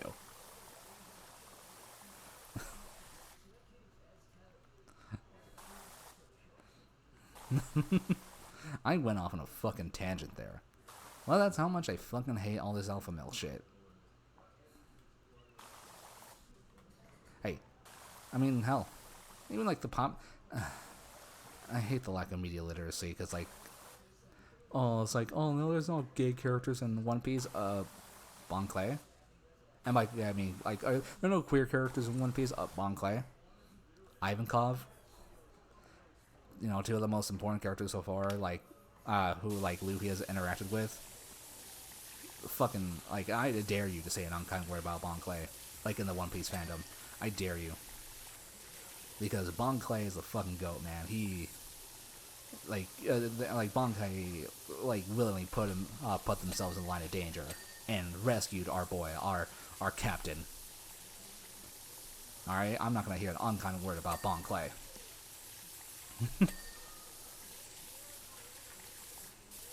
God, you know who also have respect for, like, streaming wise though, a lot of the women VTubers, especially the ones who have like the kind of like the cute, almost squeaky voices, because I'm just talking. I'm not even like trying to do a voice. I'm more or less just using my actual voice, and it already feels like a lot. It already feels like there's like a strain there. So, like, to like the women who can actually go out and do those voices regularly for a stream, fucking my hat's off to you, ladies, because goddamn, that is not easy. Like, it's not easy at all. And I used to say it on my TikTok page. I was a voice acting coach. That doesn't really say that much because I Haven't actually done any coaching in months, so it doesn't feel right to kind of bring that up. But I do know a bit about what it takes to do it, because part of my job as a voice acting coach was to help get people ready for competitions we would host at conventions. And so all that was important to know, like, hey, like, how's your breath control? How's your mic etiquette? Can you actually maintain that voice? And that's the part that's really kind of important, because you can make the voice. Anyone can make a voice and like say a phrase or two in it, but like you have to be able to like speak in that voice, especially because in a lot of professional settings they're going to ask for multiple takes, and if you get it wrong, you're obviously going to have to do that take again. You're going to have to do that voice again and again and again and again, and you have to be able to maintain it, because if you don't, then the lines that you may have to do the next session may not come out right because your voice is shot. So, like, this is something that you have to make sure you can actually do and maintain. So, for all the women out there who do those voices, and it, like, can actually just come out fine, like, oh yeah, this is just me talking. It's like, god damn, that is, like, voice acting like that's a fucking blessing. It really is, honestly. I'm kind of envious of them for it. For me, like, the voices I can really make, I think the hardest voice for me to do is like the really scratchy Alex Brightman Imperfect Cell kind of voice, like the Fizzarolli, like that kind of thing. And I can actually speak in that one, but I know if I do it too long, I'm gonna fuck myself up because it is a strenuous voice to do. So the fact that Alex Brightman can not only talk in that voice, but like sing in that voice, like, holy shit, man. No wonder Danny Mata has such a grudge against you. That shit's hard. That shit's unfair that you can do that, honestly. That's another thing. I think that's another streamer who I also really like, Danny Mata. I don't know, like, sometimes some of his reactions annoy me. I think he has a tendency to, like, pause the video and ask a question when, if he had just let, like, the thing play out, his question would have been answered. I feel like that happens a little too much for my liking, but, whatever. I also don't like the bit where he covers a song of a copyright song, but then again, I can't even blame him for that. That's YouTube and, like, copyright bullshit. And it's like, dude, come on. He's rapping enough. He's adding his own content enough to the video to where I say he's, like, saying he's utilizing fair use properly. I don't think you should strike him for that. But friggin', all these goddamn record companies and whatnot all gotta make their buck. They have to, like, get it somehow. And abusing YouTube's copyright system, or copyright strike system, is pretty much just how they do it.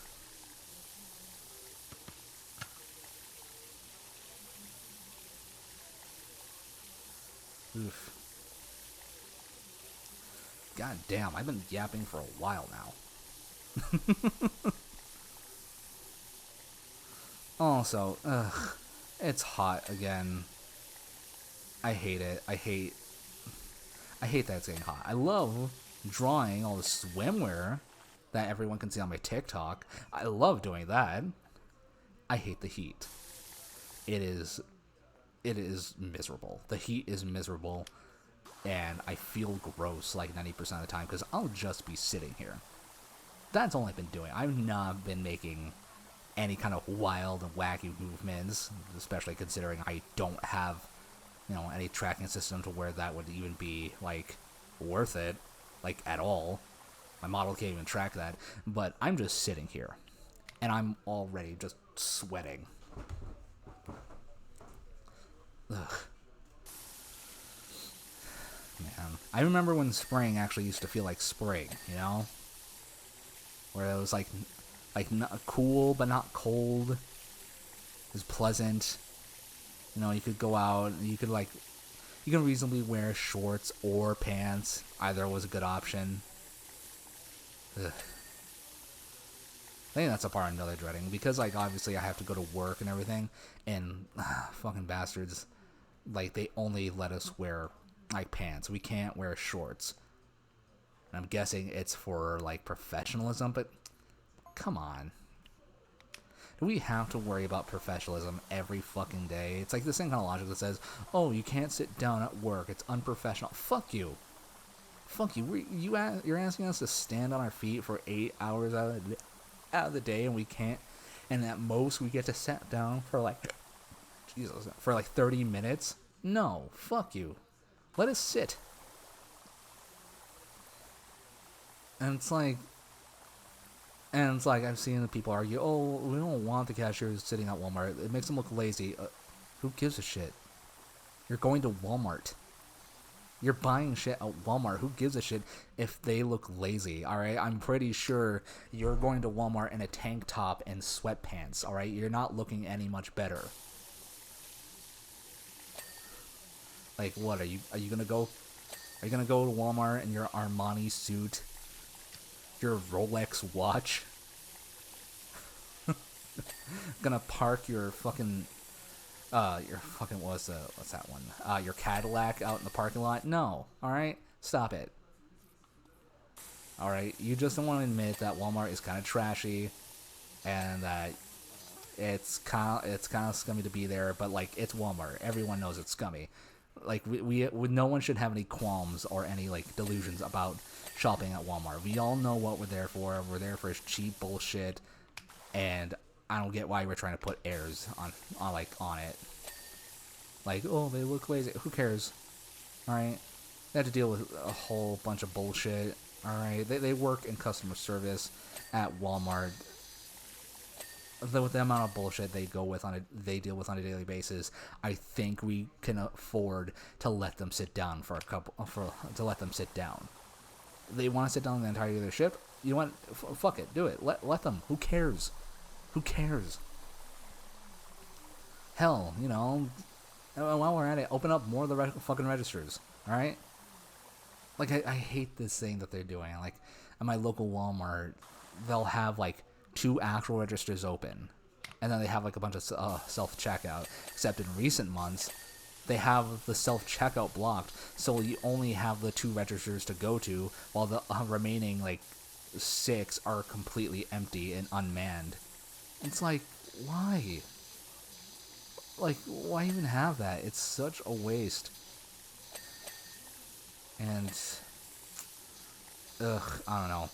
Thinking about it too much actually just makes me like angry.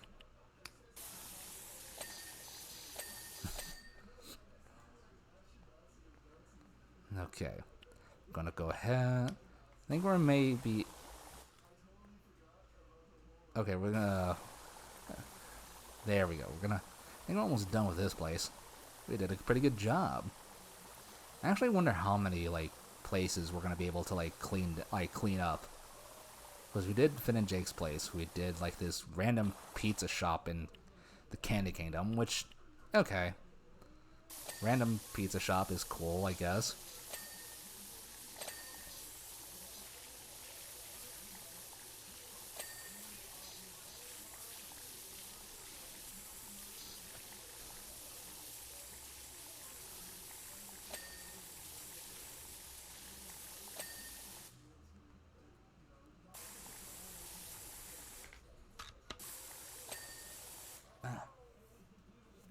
Face itches. Oh, man. What? Are you kidding me? Oh, God. I hate crap like that. I swear, like, that's the thing. I can never get, like, the perfect final wash down. It's always, like, with these games, it's always, oh, actually, you missed this small spot on this small, insignificant thing. It's like, God damn it. Because I want, like, the last thing I wash to be, like, the big thing.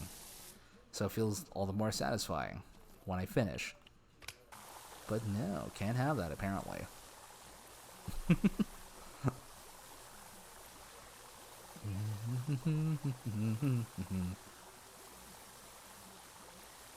There we go. Come on. Come on.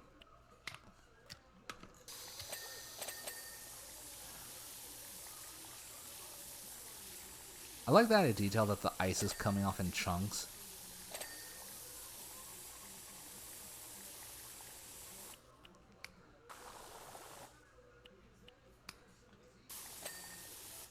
Alright. What?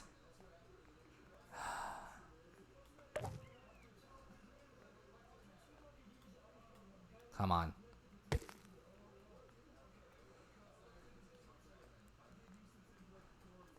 See? What did I tell you? Every time. Every goddamn time.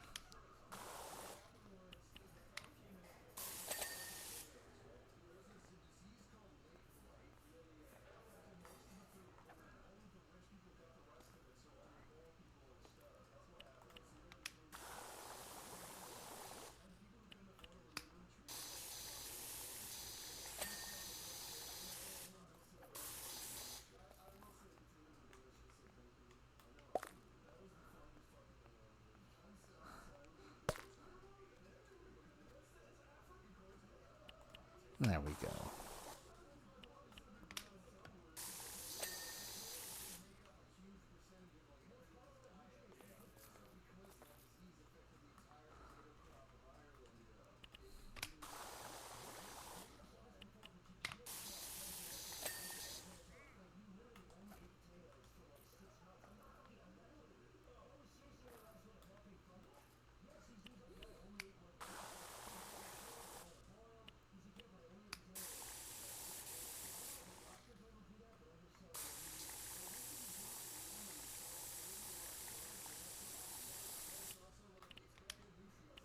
There we go. Sorry. Oh, shit.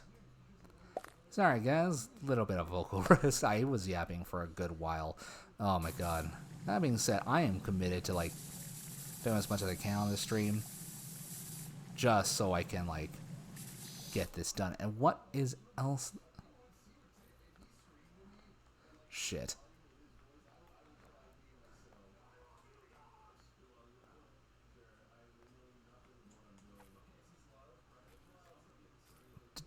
I don't want to know how Jake lifted me.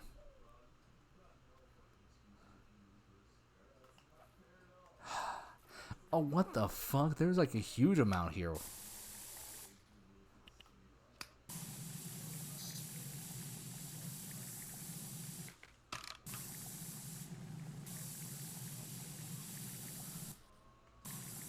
I thought I got all this. What the fuck?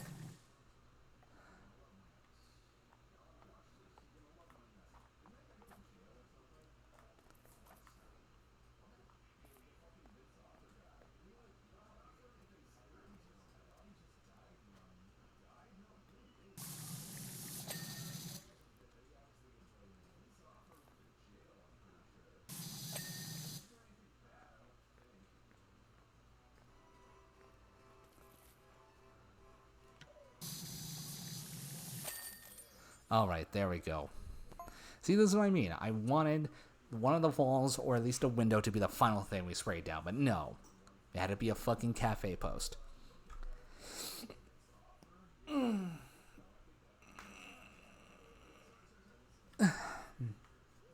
Okay. Okay, Sudsy Pants, you're coming with me. If you insist on completely undoing my revenge hit job, the least you can do is undo the reason for the revenge hit job in the first place. If you'd swung by my man cave first, we could have avoided this entire situation. Ooh, Ice King's Castle. Okay.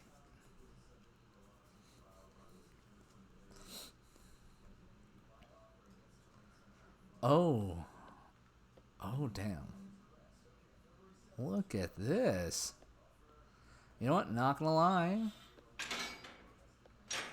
You know what? Not gonna lie. It kind of looks pretty cool. Let's see. We have a little workout area here. A little with like some weights, a bench press. Not bad.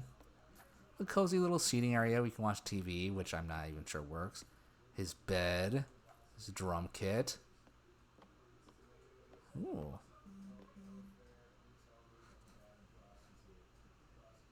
Alright, well, let's get to work then. Is this the thing? Hold on.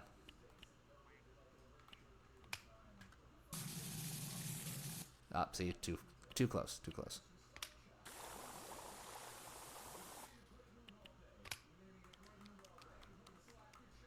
Oh, hey, Gunter. You're an unbelievably evil space entity.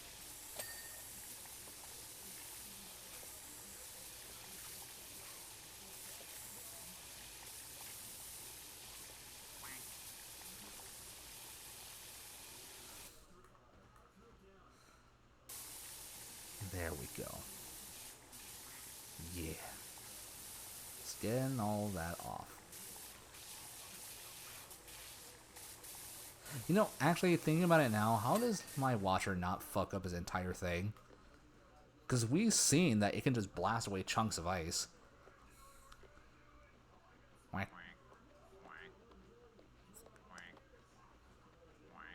No, no, it's not gonna let me. Here, Gunter, watch some TV. Oh my god, he's actually watching TV. Holy shit. Alright, hold on, I actually have to watch it for you now.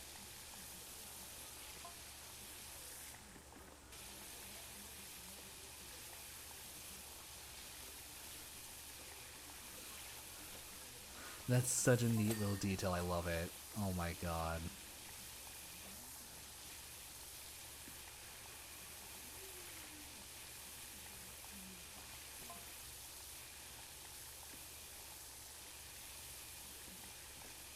Yeah, this TV isn't... Well, hold on. There's actual electronics here, so hold on.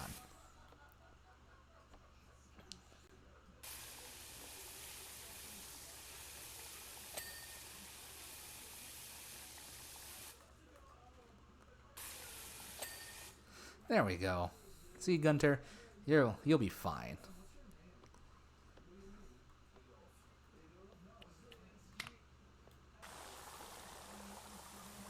There we go.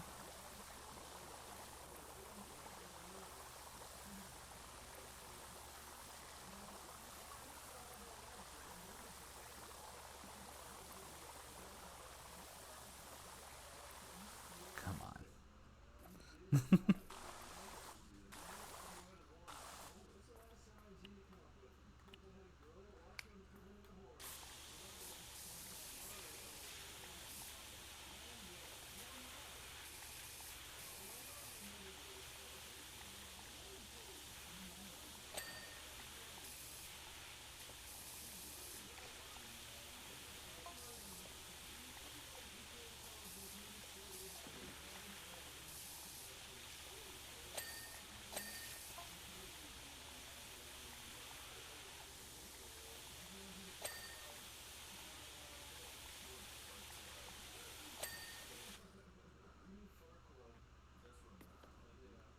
Hell yeah. Hell, you know Ice King got one of those Mexican blankets that's like super thick. The one you can get out the swap meet. Those are like the best fucking blankets in the world, man. Like no other. Like they're like super soft, super warm. You bust them out during the winter months, you will never have a better blanket. I promise you that.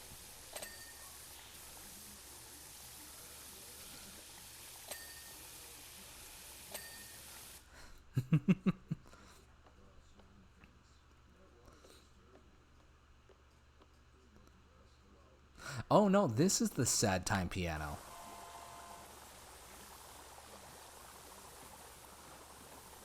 Yeah, this is the piano that makes all the sad times happen in the show. Hey kids, want to watch a show where we put in a heartbreakingly semi-accurate depiction of Alzheimer's? Well, you're gonna get it.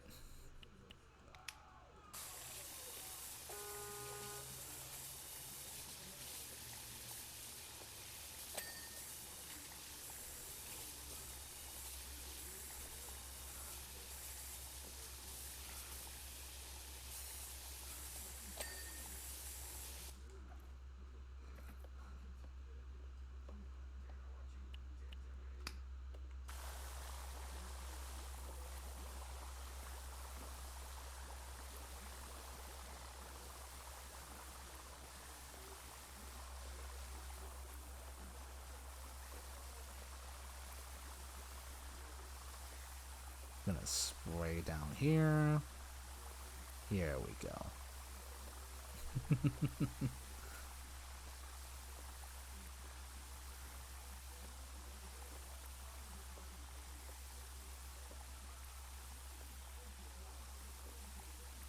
There we go.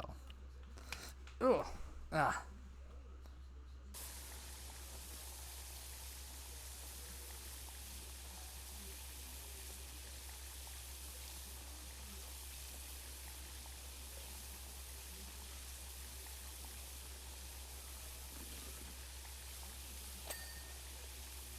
God.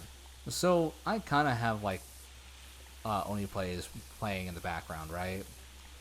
And I'm hearing Lyle Rath talking about stuff, and I'm just thinking, what the fuck happened?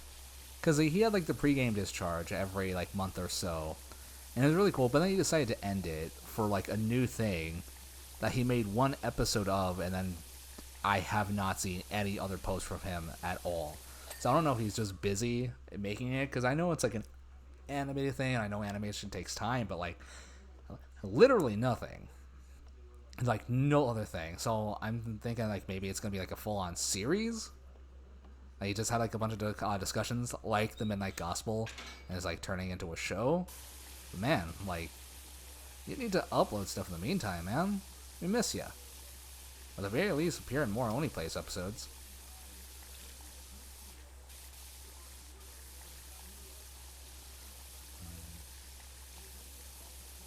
Let's see. God.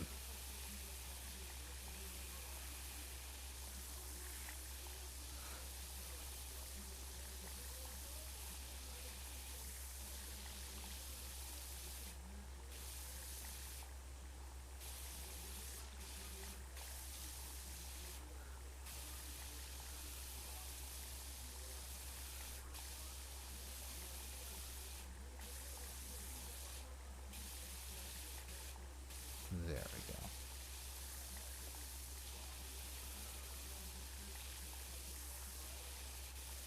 This shit is so mesmerizing.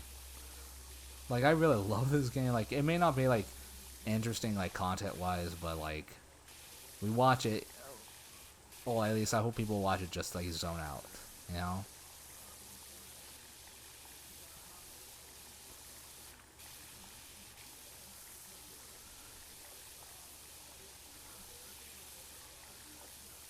Can I just?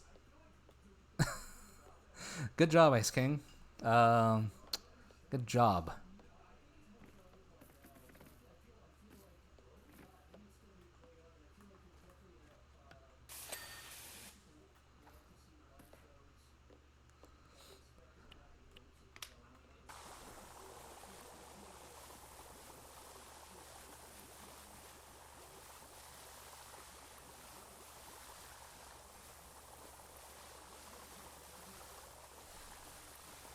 Hell yeah. I'm I'm like trying to find things to say, cause like that's the cool and bad thing about games like these on stream. Cause like the cool part is like you can just relax, chill out. At the very same time, there's not a whole lot interesting going on. Cause at the end of the day, it's just me watching stuff. But that's kind of like what I have to remember. Is like sometimes a game could just be for me, or like a game can just be a thing I can enjoy, and I'm just sharing it with other people. You know? Because, not the exact same. Because like Elden Ring and Bloodborne are way more action packed than this could ever be. But I guess it kind of fits because like those are games I don't like playing, like at all. I feel like the difficulty curve is too high to overcome, and I would legitimately crash out and embarrass myself on stream, and I don't want to do that. And I wouldn't even want to play it in my personal life, because if it's like a thing I have and I just try to get good at, I'm just going to get annoyed and frustrated. I don't have the patience to get good at those games. That being said, I do genuinely love it when I see people enjoy those games and play them themselves. It's like, okay, I can have whatever joy I could possibly have with that game vicariously through this person.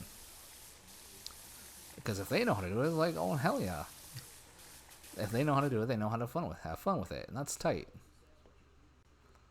Oof.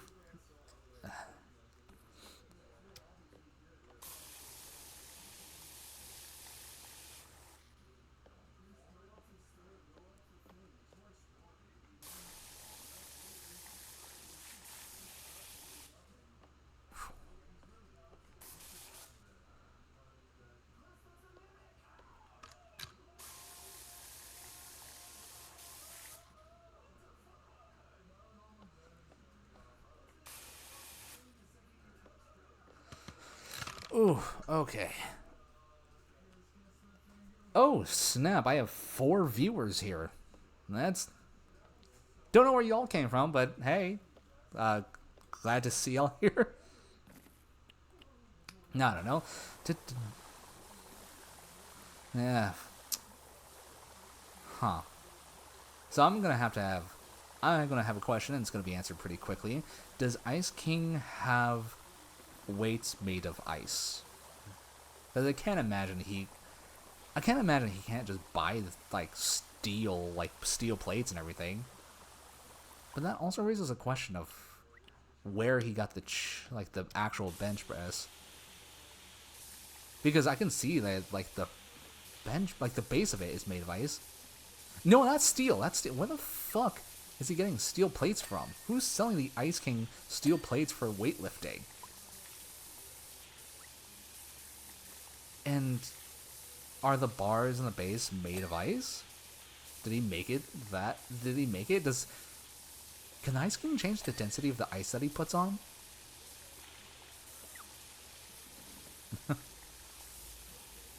Oh, well. I don't know. Oh, yeah. Yeah, you know what? It probably was Ice King. It probably was her. She's always doing stuff. Alright. That's kind of her signature thing, just doing stuff to other people. It's weird, it's strange. I never understand the things she does or why she does them. Only that she does them. Also, hi to the little snail, and now I have to wonder if the snail is hidden in all the different levels. What's up, little buddy? Glad to see ya. Please don't be possessed by the Lich. That was scary.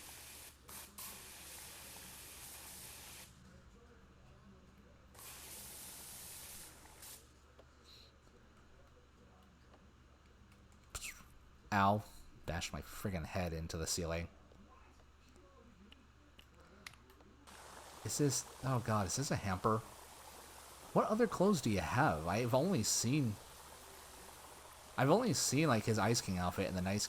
Well, no, actually that's not true, because I think they showed in one of the later seasons that, like, he has a whole cache of clothes for Simon. And that the minute the freaking Ice King powers wore off, he immediately opened it up and, like, went into it. Or, never mind, it's all just robes. Just different Ice King robes. Why would you need more than... Well, I can understand having more of the same one, but why would you need different ones? You never wear them. How did they get dirty?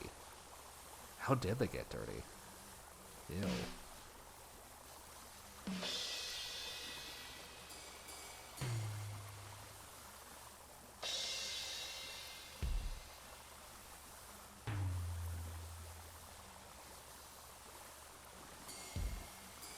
Come on. There we go.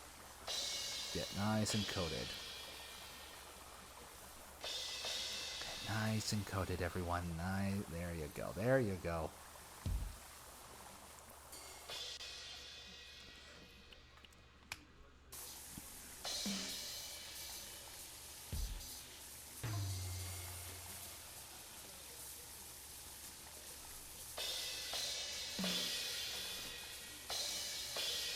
Now I gotta wonder how much, because like the Ice King kind of imbues the wearer, like the personalities of other people, of like various other people who've worn the crown. So I have to wonder how much of Ice King was Simon. Oh, hi, depressing grindstone. Stone K2V. No, I'm not gonna buy a goddamn thing. You kidding? Get the hell out of here with that. No spam bots.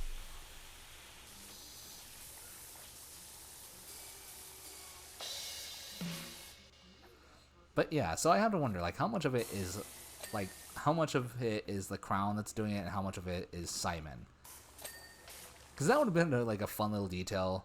It's like, oh yeah, maybe obsessed with playing the drums. Like, oh, that was kind of me.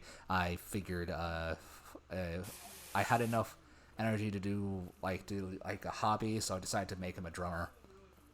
It's like, weird choice, Simon, but you know what? You do you. You do you.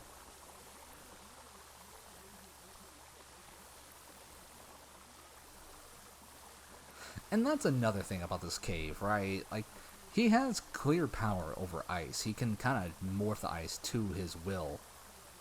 Did he decide to put in decorative stalagmites? Like, was that a decision he made?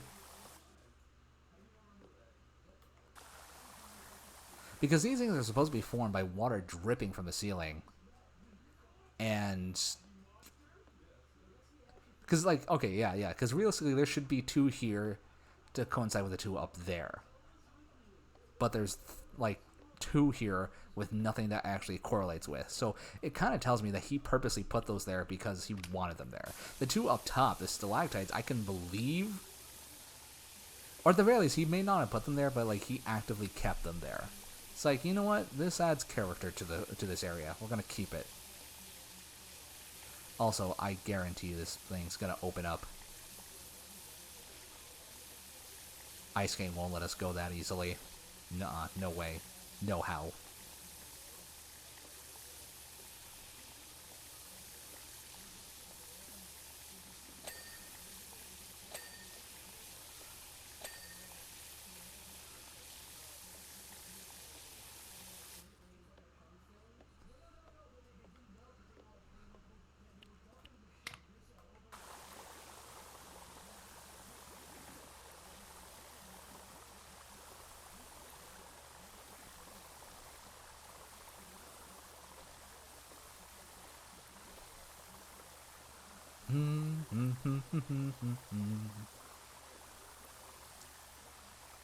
It's a calm little day, and we're chilling out, just washing things away.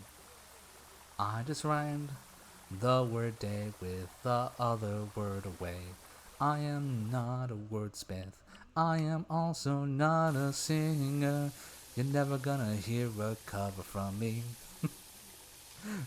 God. Oh, yeah, no. I am definitely not going to be a musical VTuber. At least I don't think so. Oh, yeah, I don't think anyone would want to hear that. At least maybe, I don't. You know what, fuck it. You know, I'm done putting myself down. Maybe one day. Not time soon, but one day. Maybe when I have a better space for it. Maybe when I have a better, maybe when I have a better friggin' mic setup, because right now it's pretty open air, and I'd be surprised if people like couldn't hear the reverberations of my walls. Nice. But you know.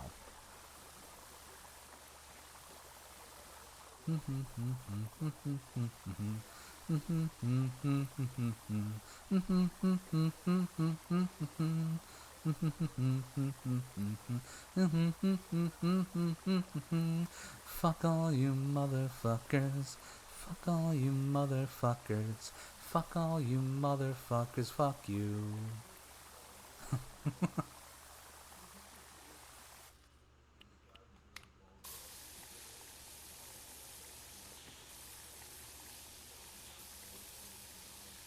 God. You know what wrestling song I could legitimately listen to on loop? Sami Zayn's entrance song. Like, regardless of how you feel about him as a character, like, in this moment, his song, like, his entrance song kicks ass, and it always gets me so pumped up. Like, I don't know, the horn, like, the trumpets and the horns that you get with ska, like, really I don't know, they do such a good job of pumping me up like nothing else does, honestly. Just because it feels like optimistic. Even when if like a ska song is like more like dour or whatnot, if that can even be a thing for ska, like it just sounds so upbeat and fun. And like there are times where like if he wins, it legitimately feels great. Like when he first won the I think the Intercontinental Championship belt. I think it was against Gunther. Like, hearing that song blare out when he won felt so good. Because he really did feel like the underdog in that match. Gunther's like this fucking space marine looking motherfucker. And got Sami Zayn and scruffy beard coming out to ska. It's like, hell yeah, you know what? This guy's cool. This guy's cool. This guy's a nice little underdog. We wanted him to win. And, I don't know, just hearing that blare out really reinforced that.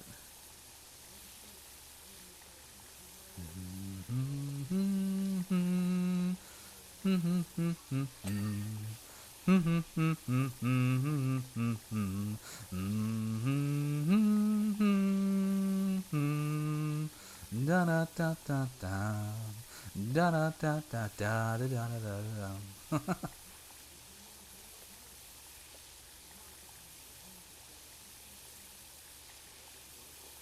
There we go.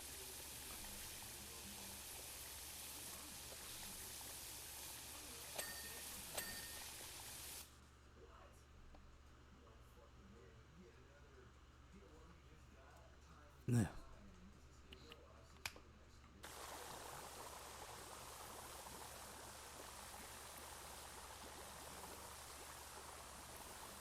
God. You know, I think back to Justice League. Like Suicide Squad killed the Justice League into the Avengers video game. And I get sad because I could see the good games that are buried underneath all the bullcrap. I really can. Because, like, Avengers, I could see, like, the vision. They just made, like, a straight story-based beat-em-up. That would have been fun. All the characters handled pretty well. The only real complaint I could see was, like, Spider-Man's traversal was garbage, which, not gonna lie, that was actually just unabashedly bad. I mean, hell, when the Lego and Fortnite versions of Spider-Man have better traversal, you're doing something bad. You're doing something wrong. Like, just, like, inexcusably wrong. But everything else, it seemed fun. And quite honestly, I heard a lot of people complain about the designs of the characters. I don't get it. It's like, yeah, it doesn't look like the MCU. It's not supposed to be the MCU. It's its own thing. I don't get the complaints for it, you know? Like people calling them ugly and janky. I don't get it. I don't see how. And I don't know. I think that was like a baseless complaint. I think people were just complaining to complain on that one.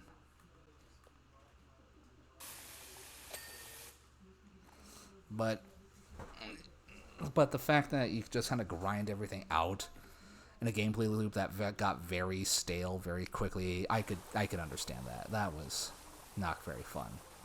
Same with Kill the Justice League or Suicide Squad, whatever you want to call that game. Honestly, gameplay wise, like actual like how the characters handled, they were fun. You know, like they all felt fun to like traverse the city in. They all had their special moves, which felt kind of cool to pull off.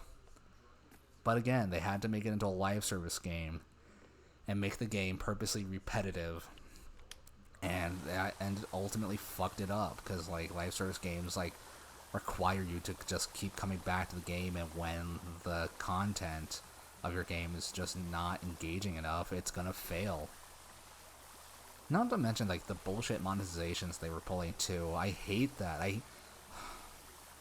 Monetizations in video games, like where the games make additional money, has been like one of the biggest mistakes the gaming industry has ever made. It's been like all encompassing ever since it first came out, and Just like another way, like, for companies to squeeze out more and more money from us. And it's like, guys, you could have charged us like a full $70, and if the game was actually worth it, we wouldn't complain. Well, as much. Obviously, we're gonna complain because, you know, I think a lot of us remember a time when games were like $50 tops, but still. At least I remember that. $50 for one game. That's what it was. In my life, I've seen it go up $20. Like, first it was for, like, the PlayStation era. Well, I mean, like, the PlayStation 3 era, Xbox 360 era, that's when they first started going up. And it's like, god damn. But then, like, for, like, the PlayStation 5 era, that's when shit went up again. It's like, oh, games are gonna be $70 now. It's like, what the shit, you assholes? Why? 'Cause. Ugh. I don't know. Oh no, I'm not a game developer. Maybe I don't know what I'm talking about. But I know what I feel. And I feel that monetization has gone too far. And we're not getting shit that's worth the money we throw at it. I remember, like, and, like, we also got, like, really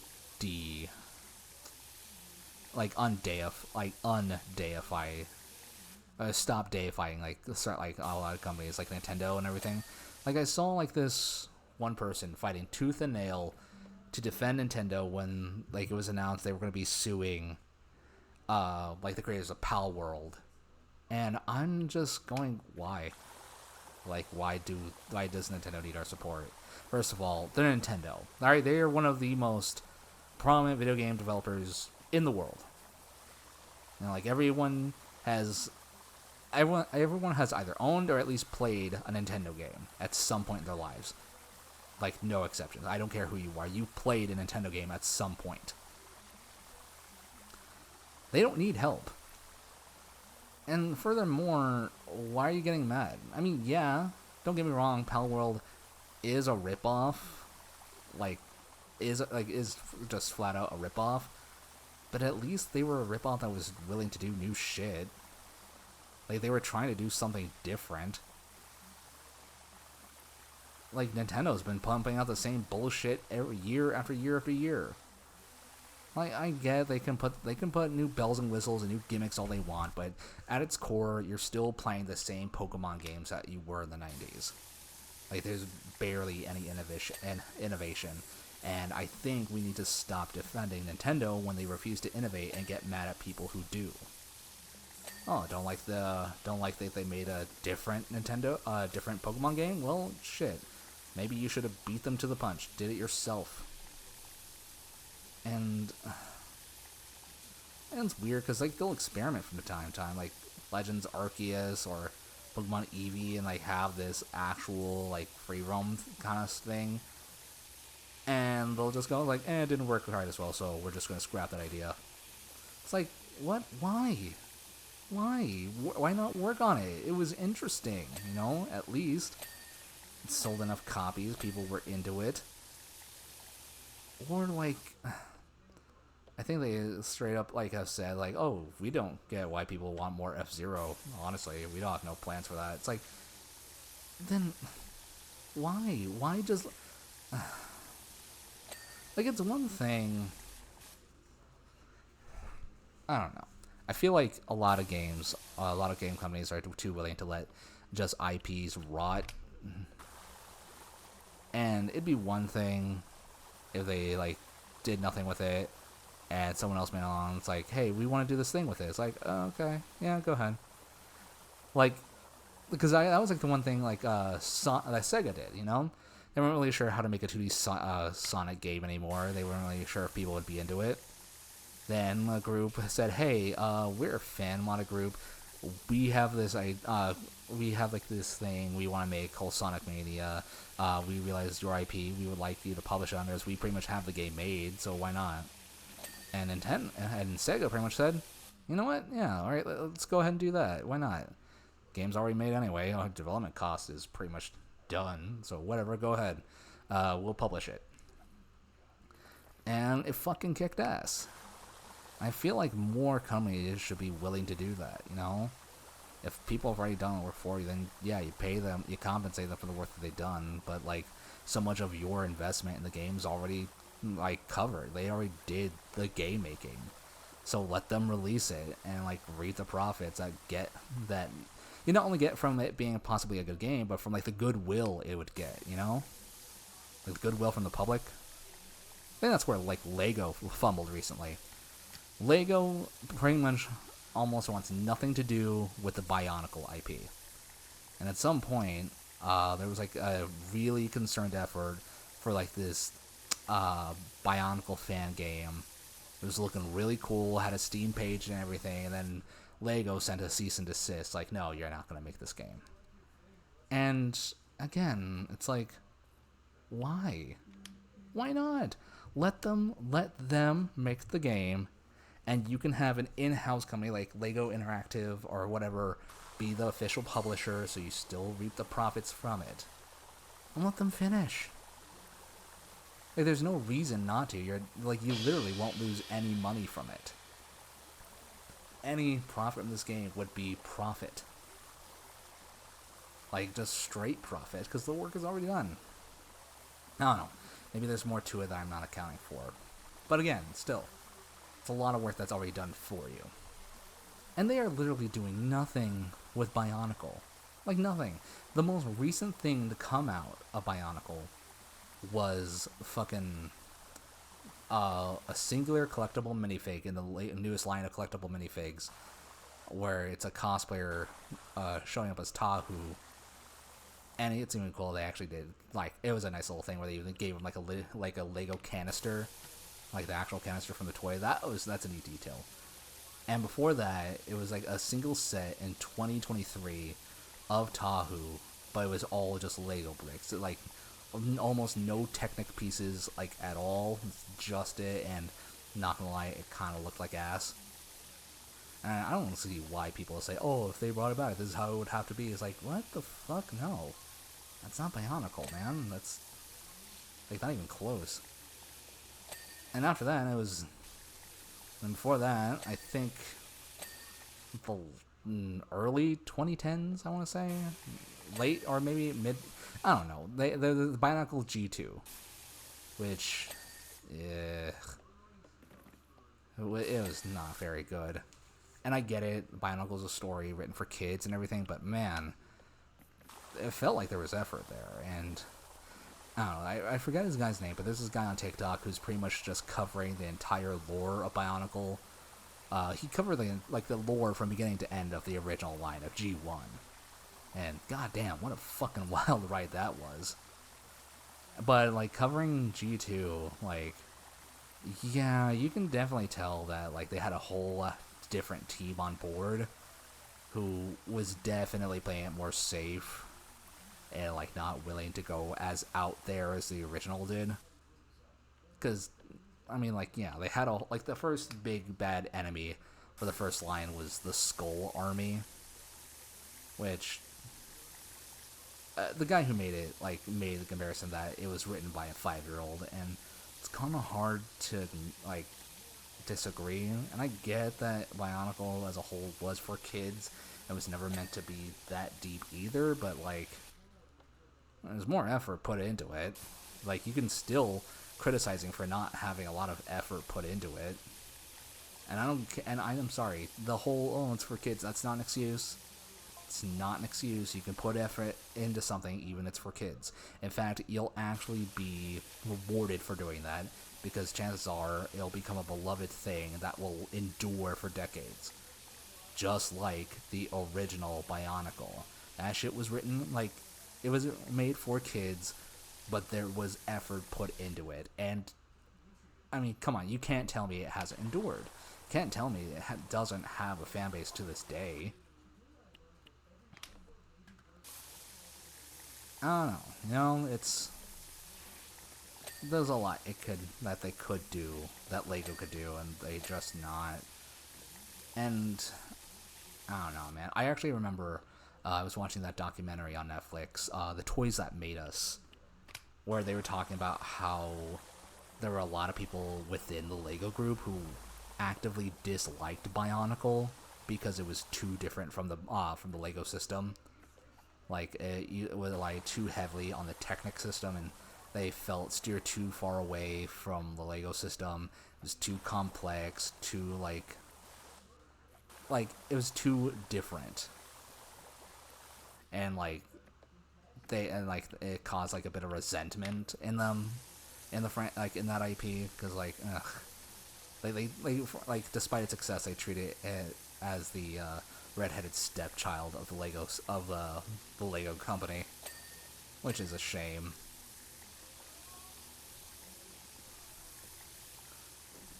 I don't know. I feel like they could have.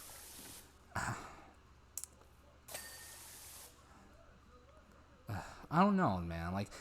Because on some level, I know I shouldn't be too greedy, and I should appreciate what I had and for what it was, and that I should probably just learn to let it go. And sometimes you can just let things go.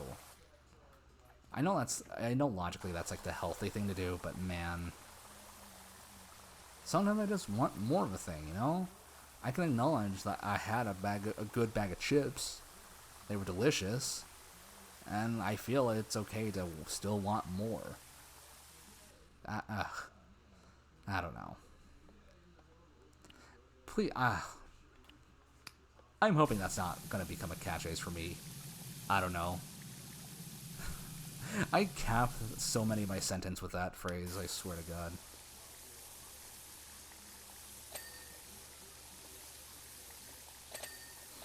Let's see. I think I'm gonna finish up this wall, and then I'm gonna end it for today.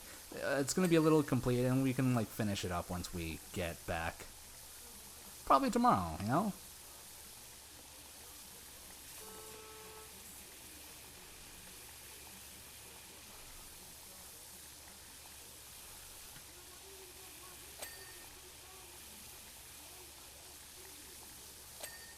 Alright. Okay. I think this is a good place to stop for a bit. Yeah. Yeah, it is. So, let me just boop, boop, and I'm going to move myself over here. Alright, everyone. I want to thank you all today for joining me today. We had some fun in the Land of Vu, just cleaning everything up, watching everything we could. And I hope all of you who joined me, however few you are, or however many, for however long, join me again next time. And until then, I hope you all stay safe, stay spooky, and see you later. Until then, bye!